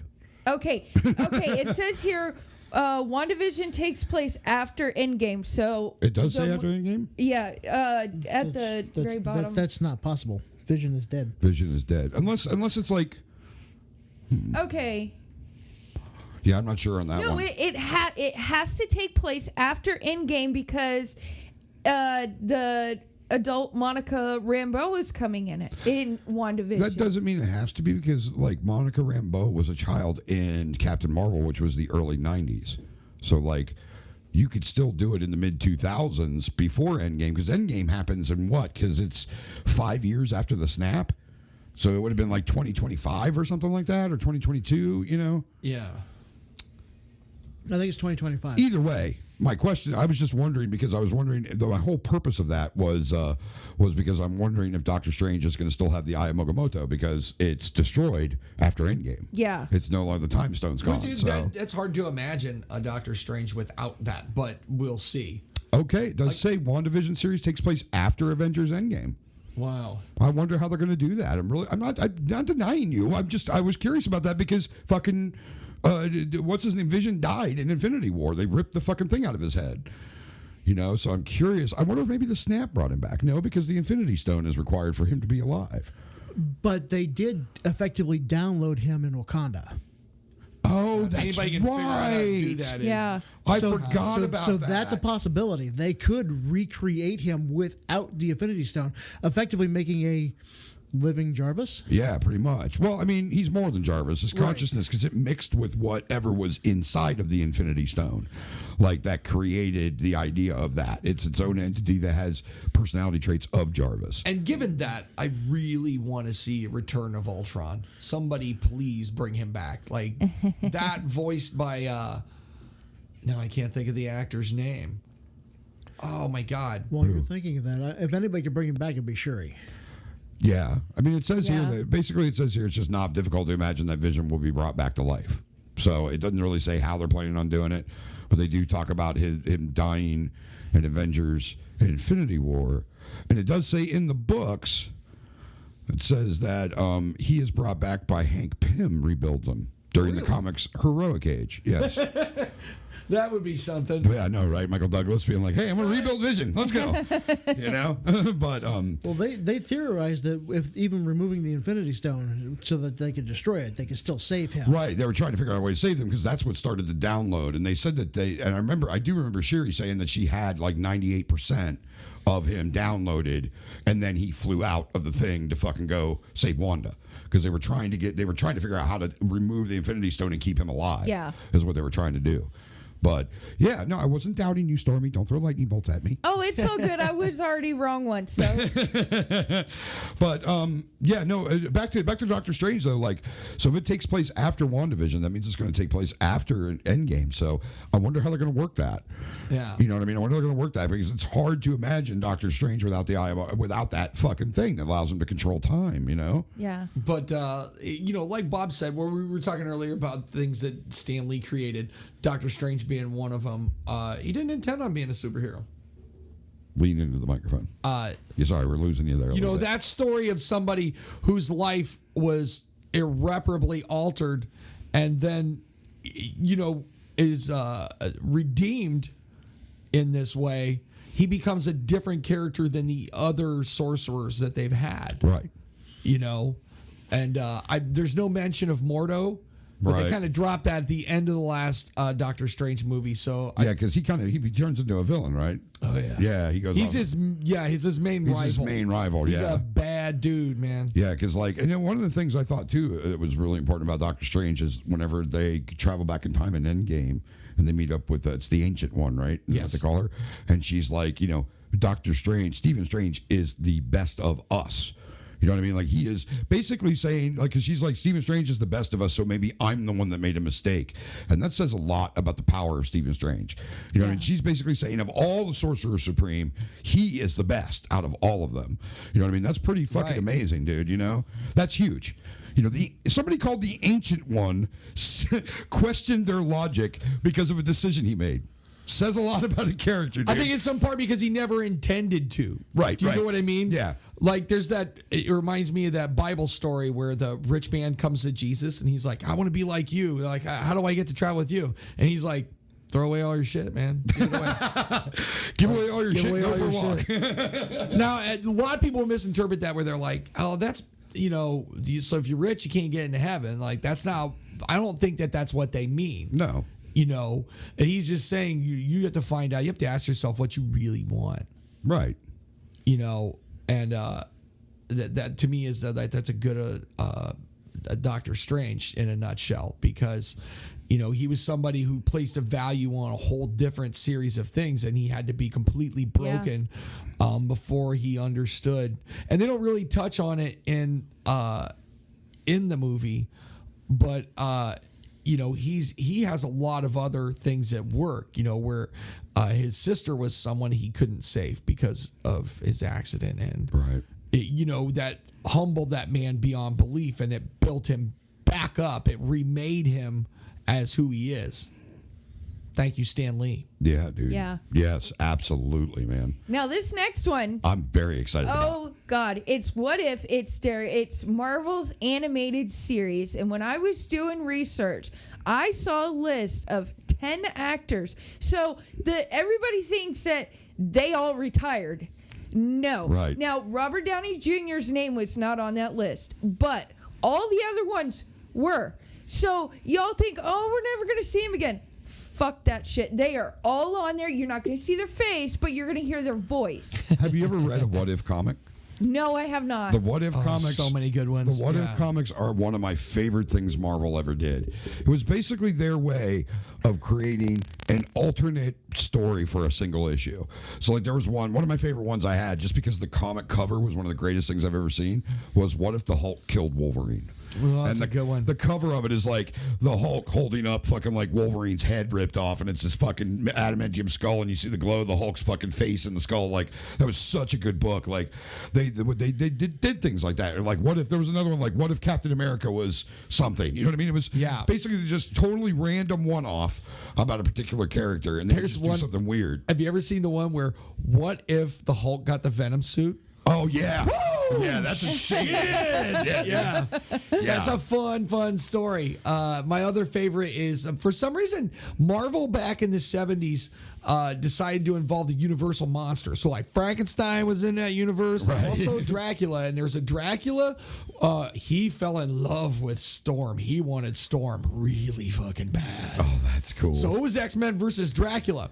And there is a What If comic. It's my favorite. What if in that interaction, Wolverine slays the head vampire, he becomes the head vampire. No shit. And then Wolverine is just like, all right, there's two classes of people. You're with me or you're against me. And he fucking turns practically half the earth. Like he's just unstoppable. I remember that. Yeah. Fucking awesome. A mixture of being a vampire with fucking all his fucking healing factor and all that weird shit. Like, my favorite shot in that is Juggernaut kills Doctor Strange.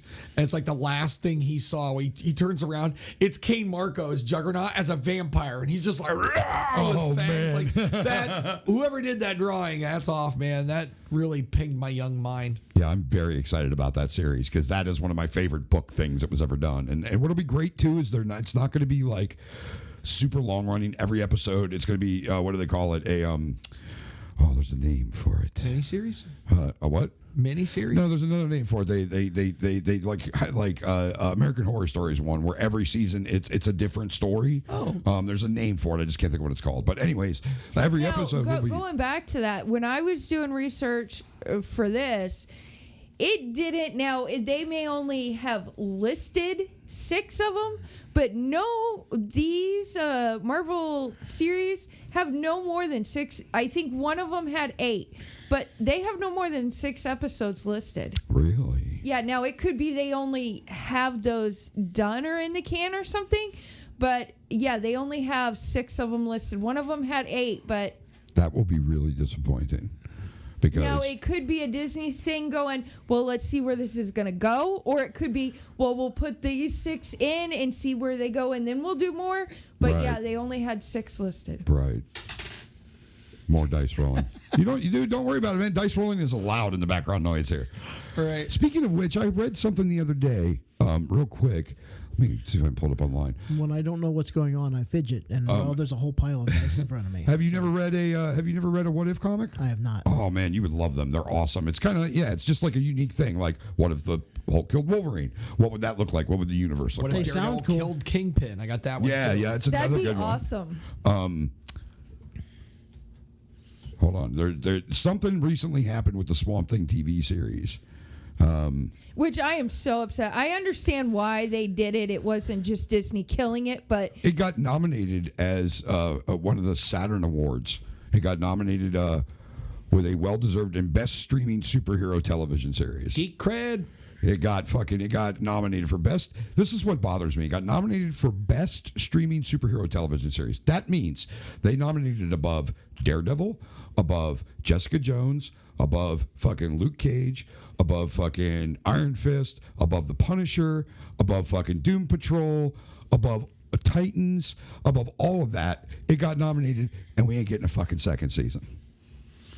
That is, it's ridiculous. you can't tell me that one location that they got fucked out of is not the only fucking location that you can make that show in. It's because fucking goddamn Warner Media doesn't want to make horror shit. They're afraid that they're not going to draw enough audience, and which is fucking stupid because everybody loves this show. Everybody's like, this show fucking rules. You need to make more of it. And look how violent Titans was. People loved it. Doom Patrol is fucking out there, dude, and It's people dark love and it. twisted. Exactly, and it's like, why you would come along and say, no, that's a bad idea. It's just fucking beyond me. But don't get me on the goddamn DC. Attention, location scouts. The Shreve Swamp isn't far from here. And I recommend you come shoot your Swamp Thing here. I would love to appear as an extra. We can add gators to it for you. No problem. We have a connection. Bob, if I remember correctly, Bob at one point in time was a ranger for the Shreve Swamp area. Absolutely. If I remember correctly, didn't the artists who created the Teenage Mutant Ninja Turtles come down to walk the swamps with you for Bog Swamp Demon? Yes, he did. That's Yes, he fucking did. awesome. That's awesome. Yeah, they came down. They were gonna. Did that book ever get created? Do you know? One episode, I believe. Yeah. One issue. They did one issue. It was called Bog Swamp Demon. I remember Bob showing up at game night being like, dude, I walked around with these guys today. And Tim and I were like, what the fuck? Really? We're like, oh my God. Like, because they were the original creators of TMNT, the ones that made like the black and white violent fucking comics before it got Which turned was super superior, man. Go back and read those. I have more than a few. They're fucking great. Before it got turned into a fucking breakfast cereal. Right. You know what I mean? And like, but I remember you showing up and being like, I had to take those guys through the swamp because they wanted to base this comic book character on Shreve Swamps, you know, which is fucking awesome, dude. There's so much cool lore that happens here. It absolutely is. And nobody knows where we are. No. You know what? That's not such a fucking bad idea, hip, though. man. Yeah. It is so quiet here. Let's keep it a secret. Exactly. Yeah. Well, speaking of secrets, Oh, what's next? next is Hawkeye. Ooh. So would we know anything about, like, Yes. this isn't an origin story. This is a No. continuation. Okay, what I found out was the Hawkeye story is where Renner is going to be teaching someone else to be a superhero without superhero powers.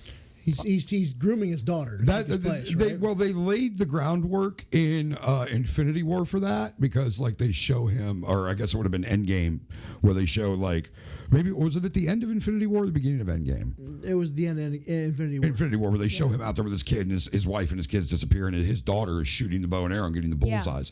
I know at some point in time in the Hawkeye storyline, he ends up giving the mantle of Hawkeye over to Kate Bishop, who they mention.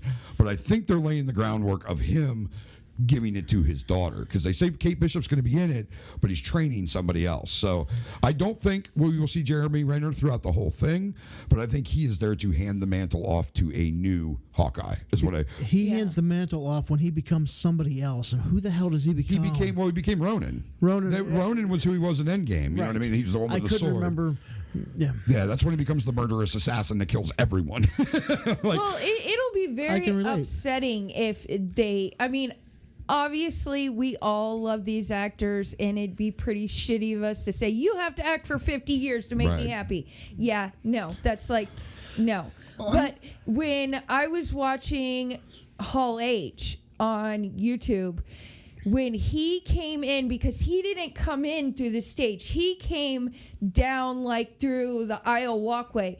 It was standing ovation, screaming, like all this stuff. So if they get rid of him halfway, there's going to be a lot of fucking upset people. Well, I think, though, that people are going to be okay with it if he hands the mantle off, because that happens a lot in comic books. There's a lot of times, look at Batman to Batman Beyond, you know, like Hawkeye does it. Yeah. You know, it's kind of a comic book tradition to say, I'm done for now. It's your turn. And they hand it off to a new character because that's how comic books kept the same thing going for years and years and years and years, you know? So I'm okay with it if they do it right. And like Renner's been doing that character since Thor. So he's right up there with Natasha, or right up there with Scarlett Johansson and all them. He's been in a lot of movies for a long time. And I think, honestly, I think he gets that ovation because he says it in fucking Ultron. I'm a guy with a bow and arrow. Like, and he's hot. There's people out there, fucking superheroes and fucking evil machines and like fucking the Incredible Hulk and fucking, you know, a god, fucking Asgardian, and I'm a guy with a bow and arrow. No, here's what it is, dude. You know, like, right. Isn't your character we're playing in the current D&D, isn't he partly modeled off of Hawkeye? Yeah, initially, whenever I put him together, I wanted to put together a Hawkeye type character. I wanted somebody. I originally was going to put him into more of a trick shot, and I always wanted to get him that quiver that would give me any. Just like Hawkeyes, you know what I mean? I need an arrow that fucking has a grapple. I need an arrow that's poison. I need an arrow that's lightning. But he shifted more now into kind of more Tom Berenger from Sniper. You know, he's kind of shifted into like the crazy assassin. I was going to mention this today too. Like he's a Gloomstalker Ranger, right? Yeah, he's a Gloomstalker Ranger. So he's you're in for such a treat. The Dungeon Dudes, shout out to their YouTube show if you haven't. If you're Love a that gamer and you love Dungeons and Dragons, you haven't looked up the Dungeon Dudes on YouTube, man, check them out. They do a whole feature on Gloomstalker Rangers today. Oh, sweet. It's like 30 minutes of it, and they're both thrown at the end where they talk about how like it's very tempting to cross class out of Ranger, and they know why you should do that, and you should, but sticking around in Gloomstalker, that shit at higher levels is pretty bananas. Yeah, I mean, the main reason I cross-classed into a rogue is because we have intermittent rogues in our party, and we also, unfortunately, Larissa is not there that often, and unfortunately the other rogue we had is just a douchebag. So we needed somebody who actually did rogue things. He's not a rogue; he's an assassin. So I just figured we needed somebody with those skills. So that's why I cross-classed. I will probably only take my rogue to 3 because that's where I get the assassinate ability, which that mixed with my sniping should be pretty fucking volatile. But like after that, I mean, I even think this new level, because I haven't leveled them up, which I need to do before tomorrow. I'm probably going to take up on my Ranger, I think, is what I'm going to do. I think I'm going to go to level 8 on my Ranger. So the Dwarven cleric should not be checking for traps with his hit points. Exactly, that's the goal. So stop running in and checking for traps with your hit points. Let the rogue do something. I've been doing it for so long now. We walk into a room, I'm like, oh, Bob rocks up. I'm going to touch the door. I'm like, check for traps. I guess I won't do that. Stay in the corner. Maybe that's the reason all the other rogues have quit, because... No, I know you stepped into that because fucking... No, Larissa's gotten super busy. Like, I talk to her a lot during the week. Which she will nuts. return tomorrow night. Awesome. Nice. Yeah. Yeah, when she was around, I mean, she did a lot of rogue stuff for us. She did absolutely. Most of the adventures she was on with us were city bound, so she didn't get a chance to do a lot of lock picking and trap checking. But I could give her credit, man. Like, she was a good rogue for the group. Like, every time we got into a city, she's like, I'm going to go explore my contacts. I'm going to go talk to these people on the fucking underground to find out what I can find out, which is what a rogue needs to do.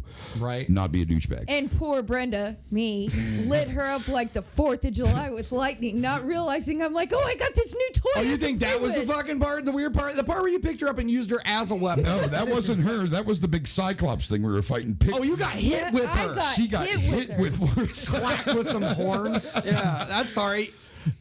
That's how I imagined and it. our DM's Your character is a Minotaur that had horns. She had horns. It was just like 2 rams butting heads. Yeah, Mountain Goat. This should have been like a shockwave and knocked us all down. Like, that would have been cool. Our DM's like, it wasn't nothing personal. I've just never done that before. That was cool. How is that not personal? You just hit one character with another character. I have told them, like, Tim asked me, like, how's the adventure going? Like, are you fucking... I was like, let me tell you something about this adventure. We're having a blast. Like, it is not like any one adventure I've been on before where we're like, okay, well, Father, like, we have been strapped to this fucking rocket, and the only thing that we can do is hold on. Yeah. It's true, man. And you know what, though? Like, because of how Tim designed it, which is great, and I love the fact that it's kind of this nonstop, perilous fucking just go fucking balls to the wall.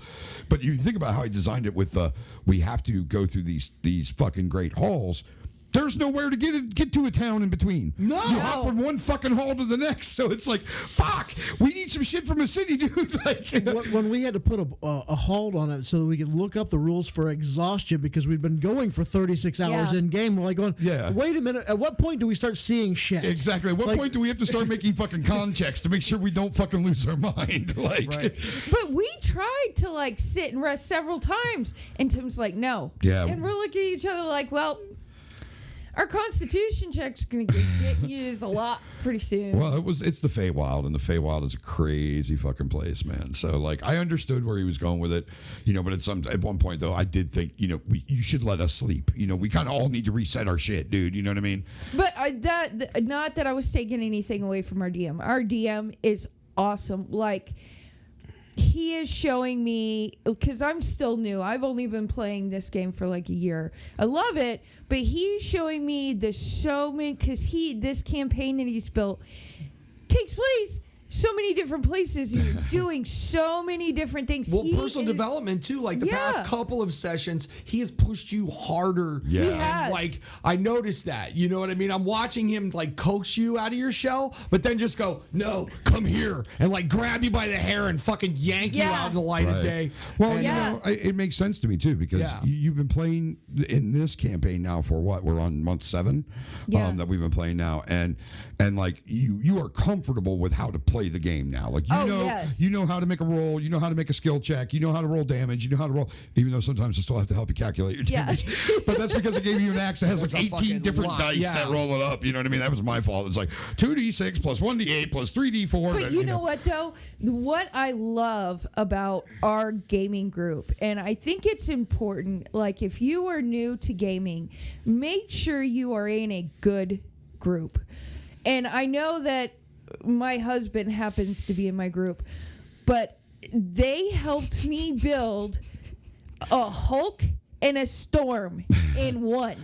Exactly. right? And it's fucking cool. Okay, and not only do I get to play Hulk and Storm, my character has evolved to where it's God.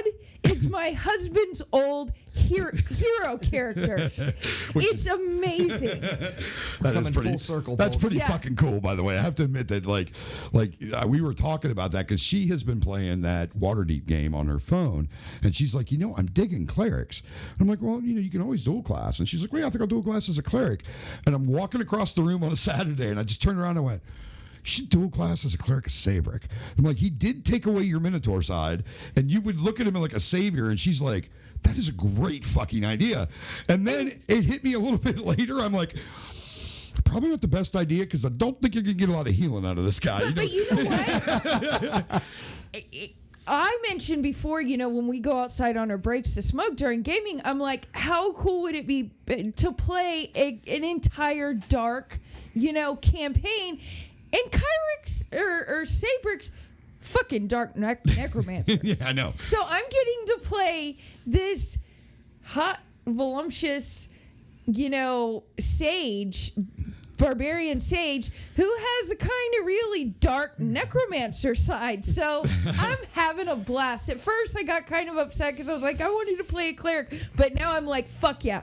Well, what's cool too is you're doing something completely brand new. You know what I mean? Yeah. And like Tim You're and I- carving out a character unlike any I've ever heard of. And Tim Yeah. and I said we're going to sit down together at some point. We're going to actually homebrew the domain of souls because Sabric was all based on harvesting souls and using that power to power his magic. So we're going to create the domain of souls for a clerical domain. It'll be a homebrew domain, which we'll definitely offer up online and shit. You know what I mean? So I'm very excited about it, man. It's very cool, and I have to give Tim a lot of credit for how well he is taking.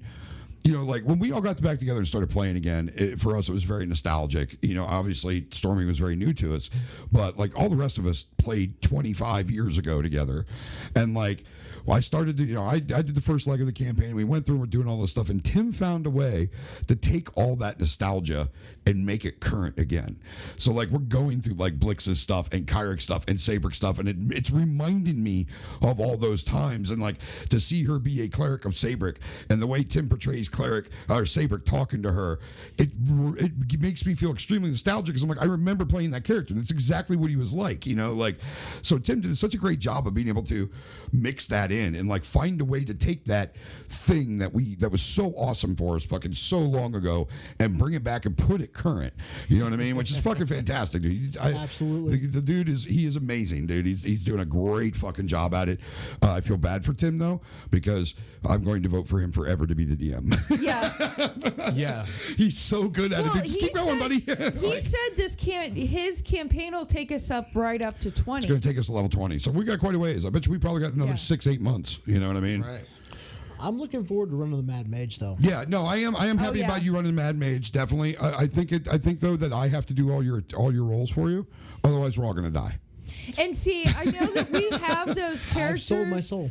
pre-made, but I actually, I'm gonna re-roll. I'm gonna play a wizard. Yeah, oh, you're gonna play a wizard. I want to play a wizard. Yeah, I think I'm gonna do something No, different. wait, you're. I'm playing a wild magic sorcerer, but I'm not sure if I'm a fan yet. So I might re-roll something else. It has been far too long since I played a rogue. And There you go. I feel like strapping that back on. See, I'm I thinking. want to play something dark. I'm thinking about playing something opposite of dark.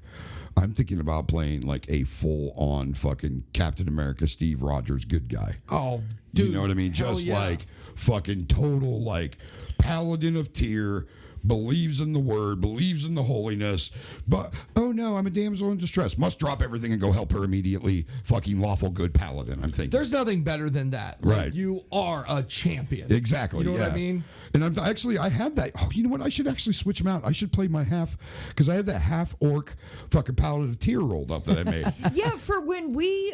I was going to do the Salt Marsh campaign, and fucking I should switch to him, because I have this concept in my head of this half orc who's abandoned, you know what I mean, by his family and stuff, and the fucking Church of Tyr, this priest of Tyr picks him up, and he gets raised completely in the church itself. So he has no understanding of the outside world, and when he gets to the outside world, everything to him should be done in the manner of like in righteousness and religion and praise to Tyr. So when he's around the group, he doesn't comprehend why they do the things they do, because he's never experienced anything other than that.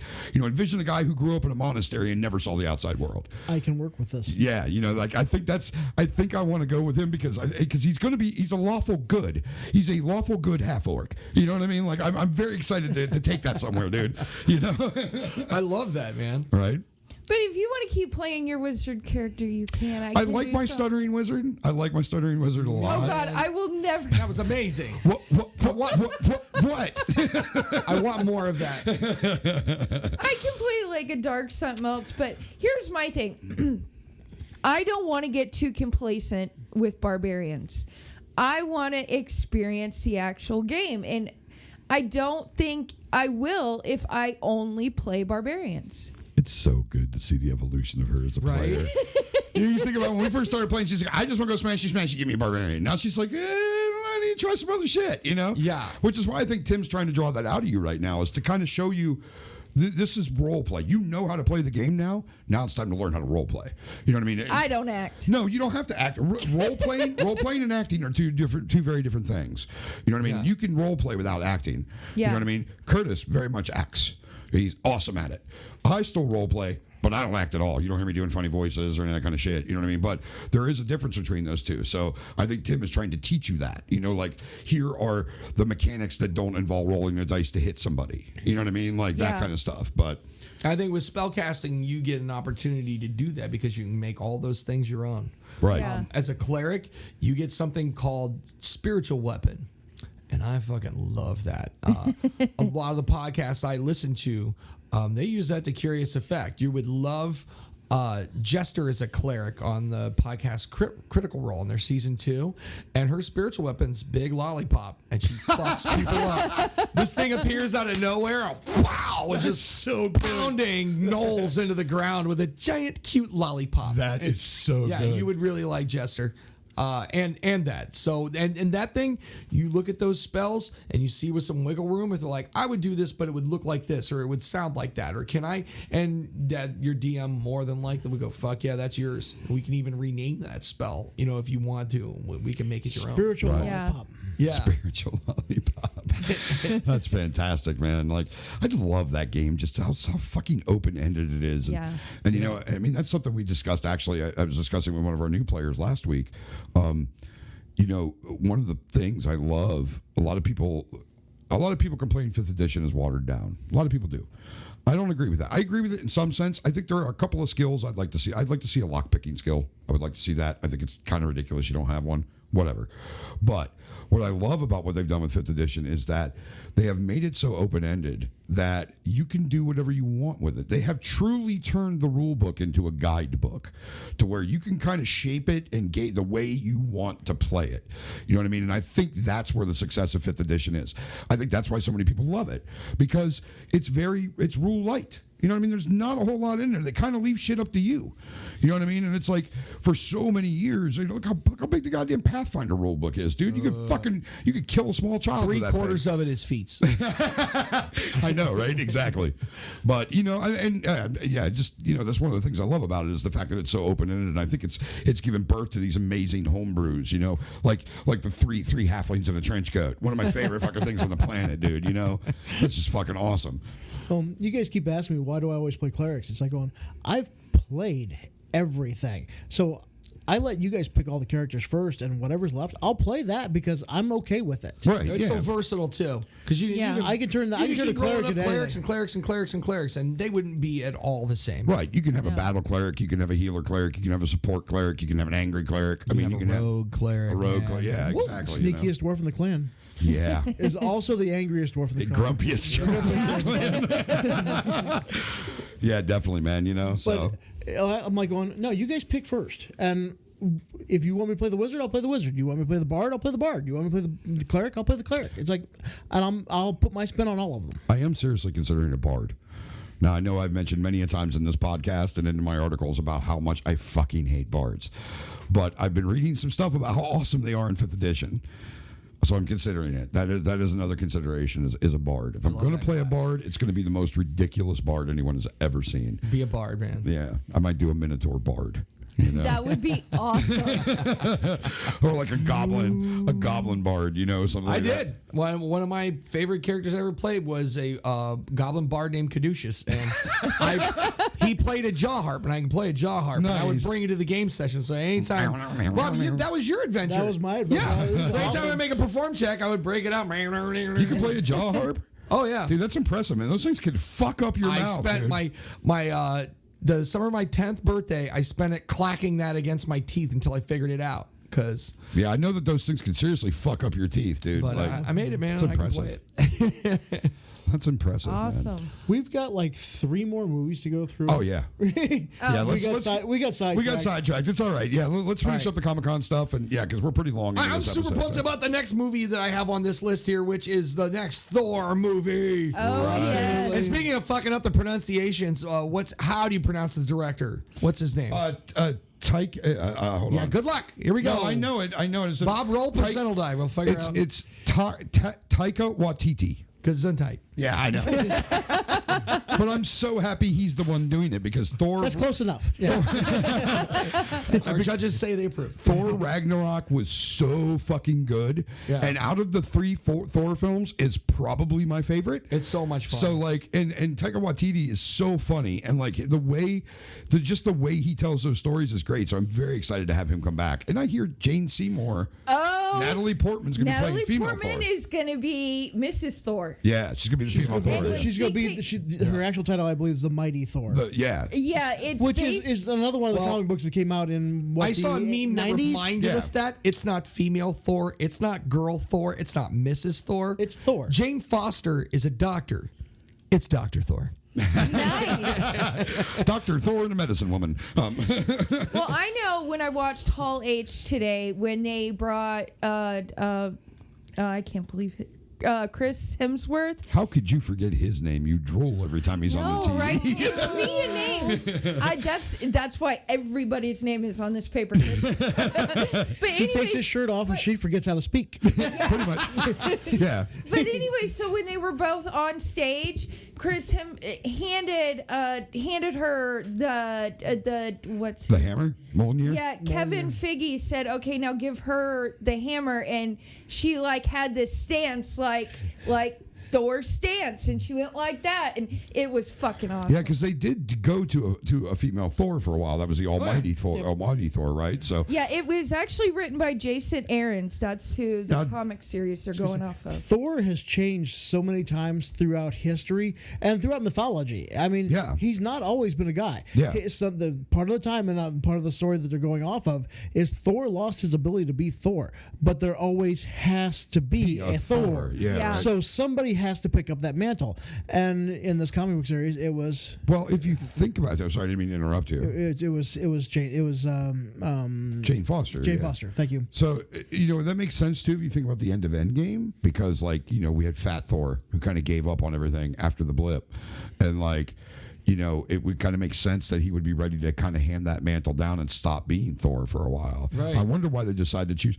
It's crazy too, because I know, like, there was, from what I've read, there was a lot of turmoil between Natalie Portman and Marvel because she didn't want to keep coming back and playing this character. That's why we didn't have any in Thor 3. Yeah. You know what I mean? Like in the Avengers movies, we didn't see, or Thor, the Avengers movies, we didn't see much of her. You know what I mean? It was because she didn't want to keep coming back and playing that character. And it's like, I guess if they said, okay, you're going to get to wear a breastplate and throw a hammer, I'm in. Because they set it up for him to give it to Valkyrie. Exactly. Yeah. And I like where they're going. I'm looking forward to this one. Right. Yeah.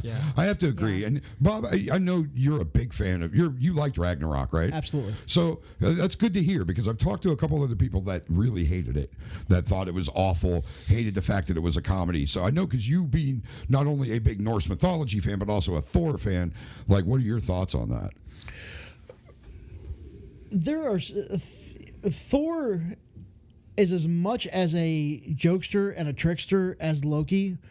Well, not quite, but I mean close. If you look through Norse mythology, he's right up there, trading barbs and trading punches and trading pranks with Loki, and that's part of their interaction, and you got to see a little of that in Ragnarok. It was the more lighthearted side of, because he is a Norseman, drinking, fighting, fucking, joking around, and the camaraderie. I know I fucked that up. I apologize. That they have with the people that are their brothers, right? And it was more of that, and it was more.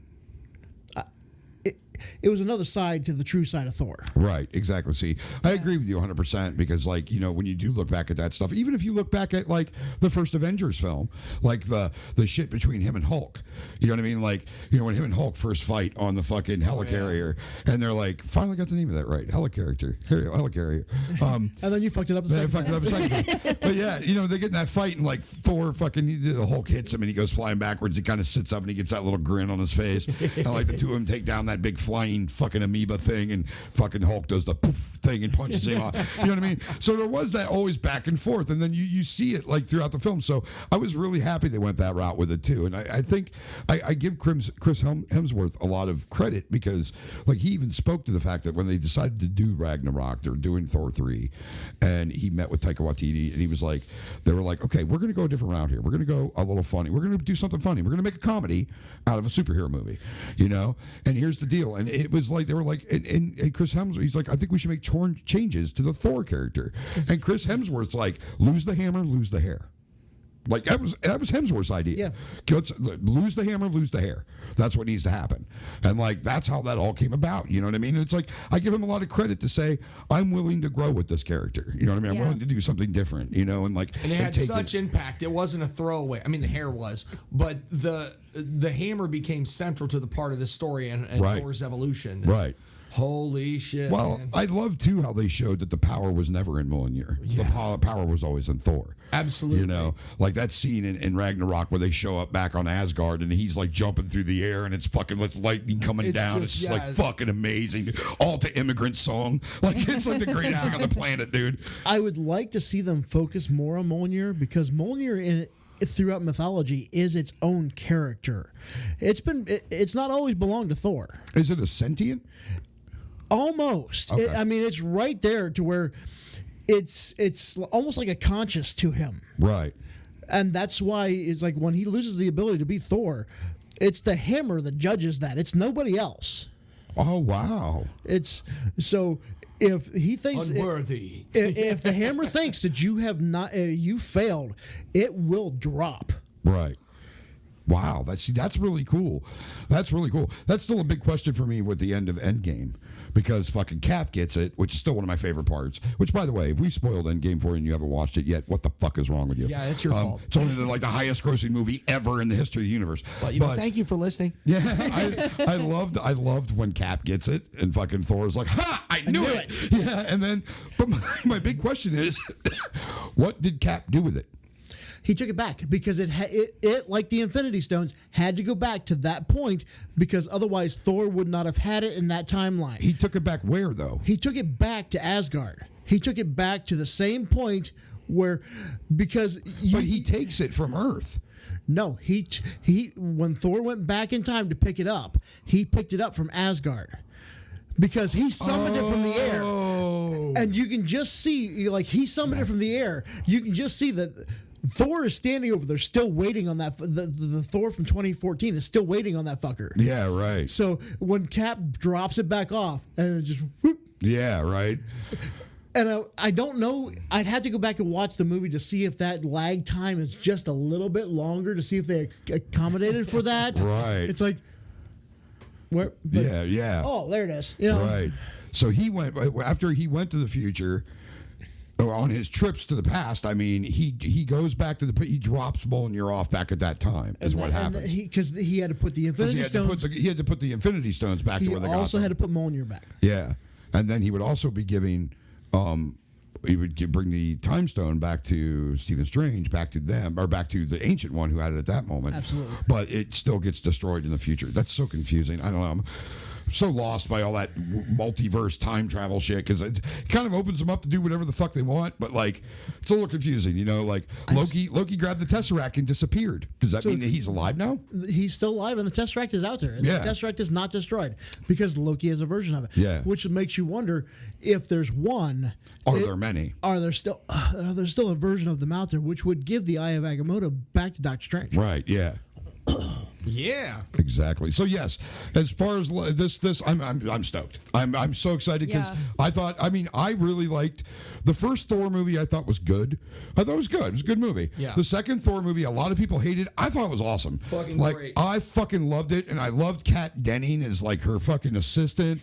Like, there's that scene in the second one where they're all like teleporting and flying around shit, and she's like, Thor, Jane, Mjolnir. Like the way she says it, it's just one of my favorite fucking like line drops in the world. You know, like it's fucking great. But and now she gets her assistant and all that kind of shit, and like just it was great. But and then Thor 3 was by far my favorite. You know what I mean? Like I just love that fucking movie, and I love everything about it.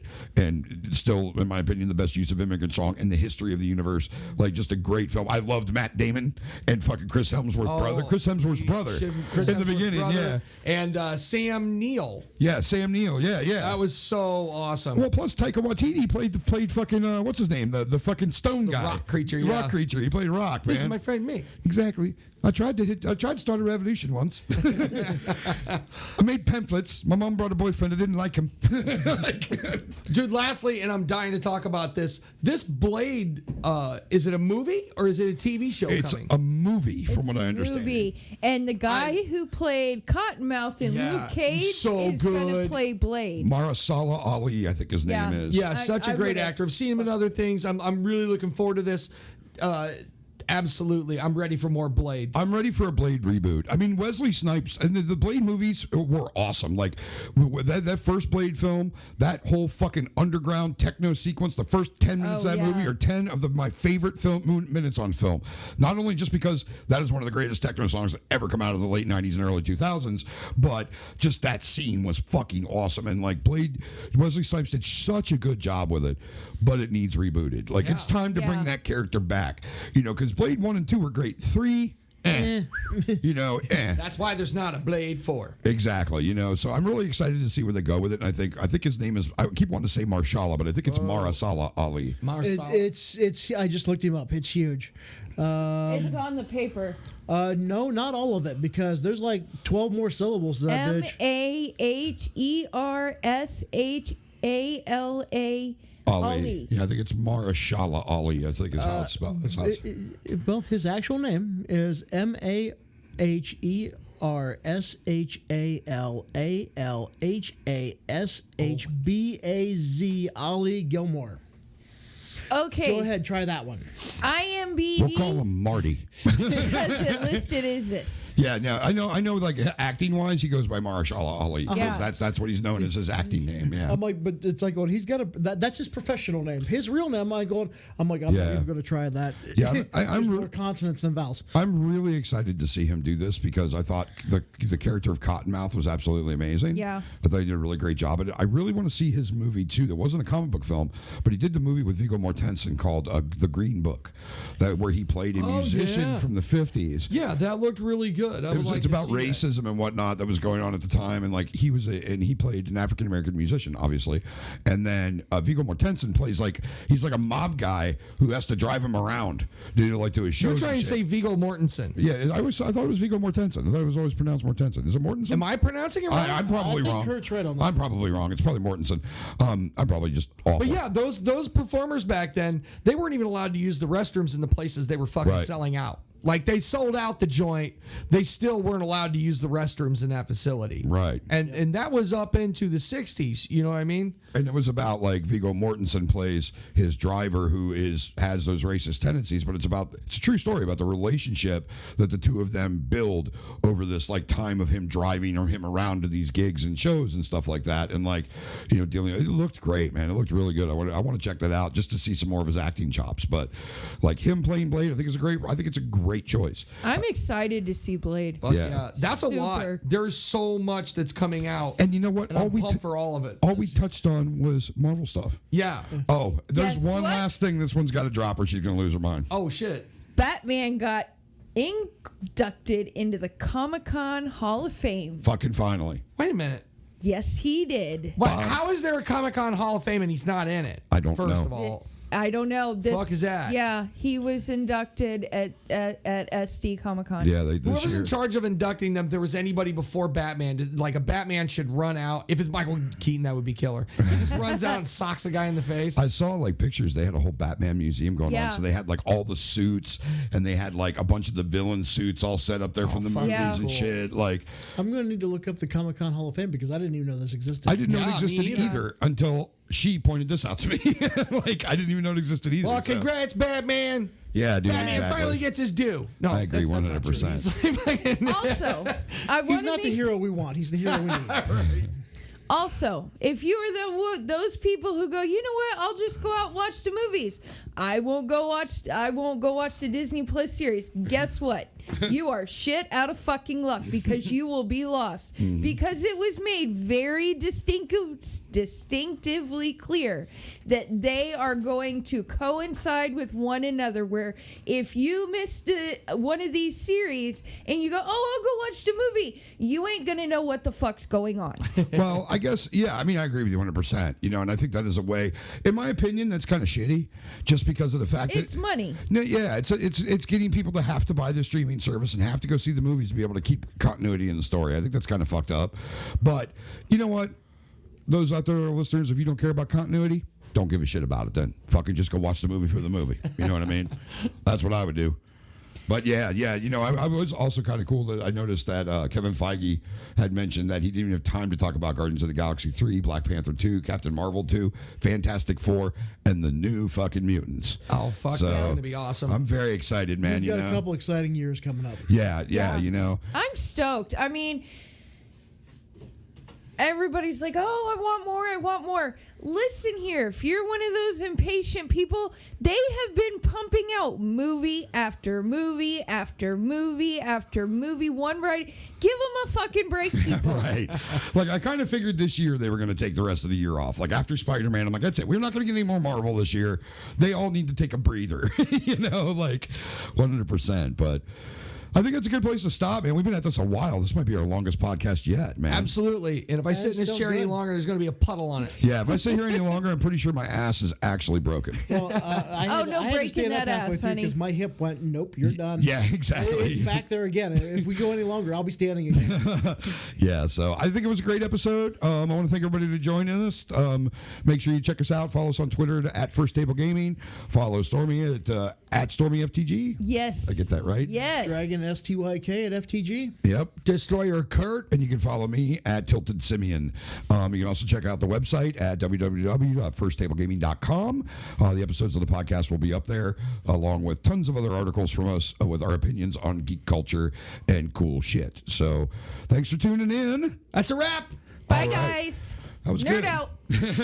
Later, nerds. That was a good episode, man. That was really good. Well, that's it for this installment of the Lunatic Parade Podcast. Thank you so much for tuning in and listening to middle-aged white guys shoot their mouth off about nerdy crap. See you next week.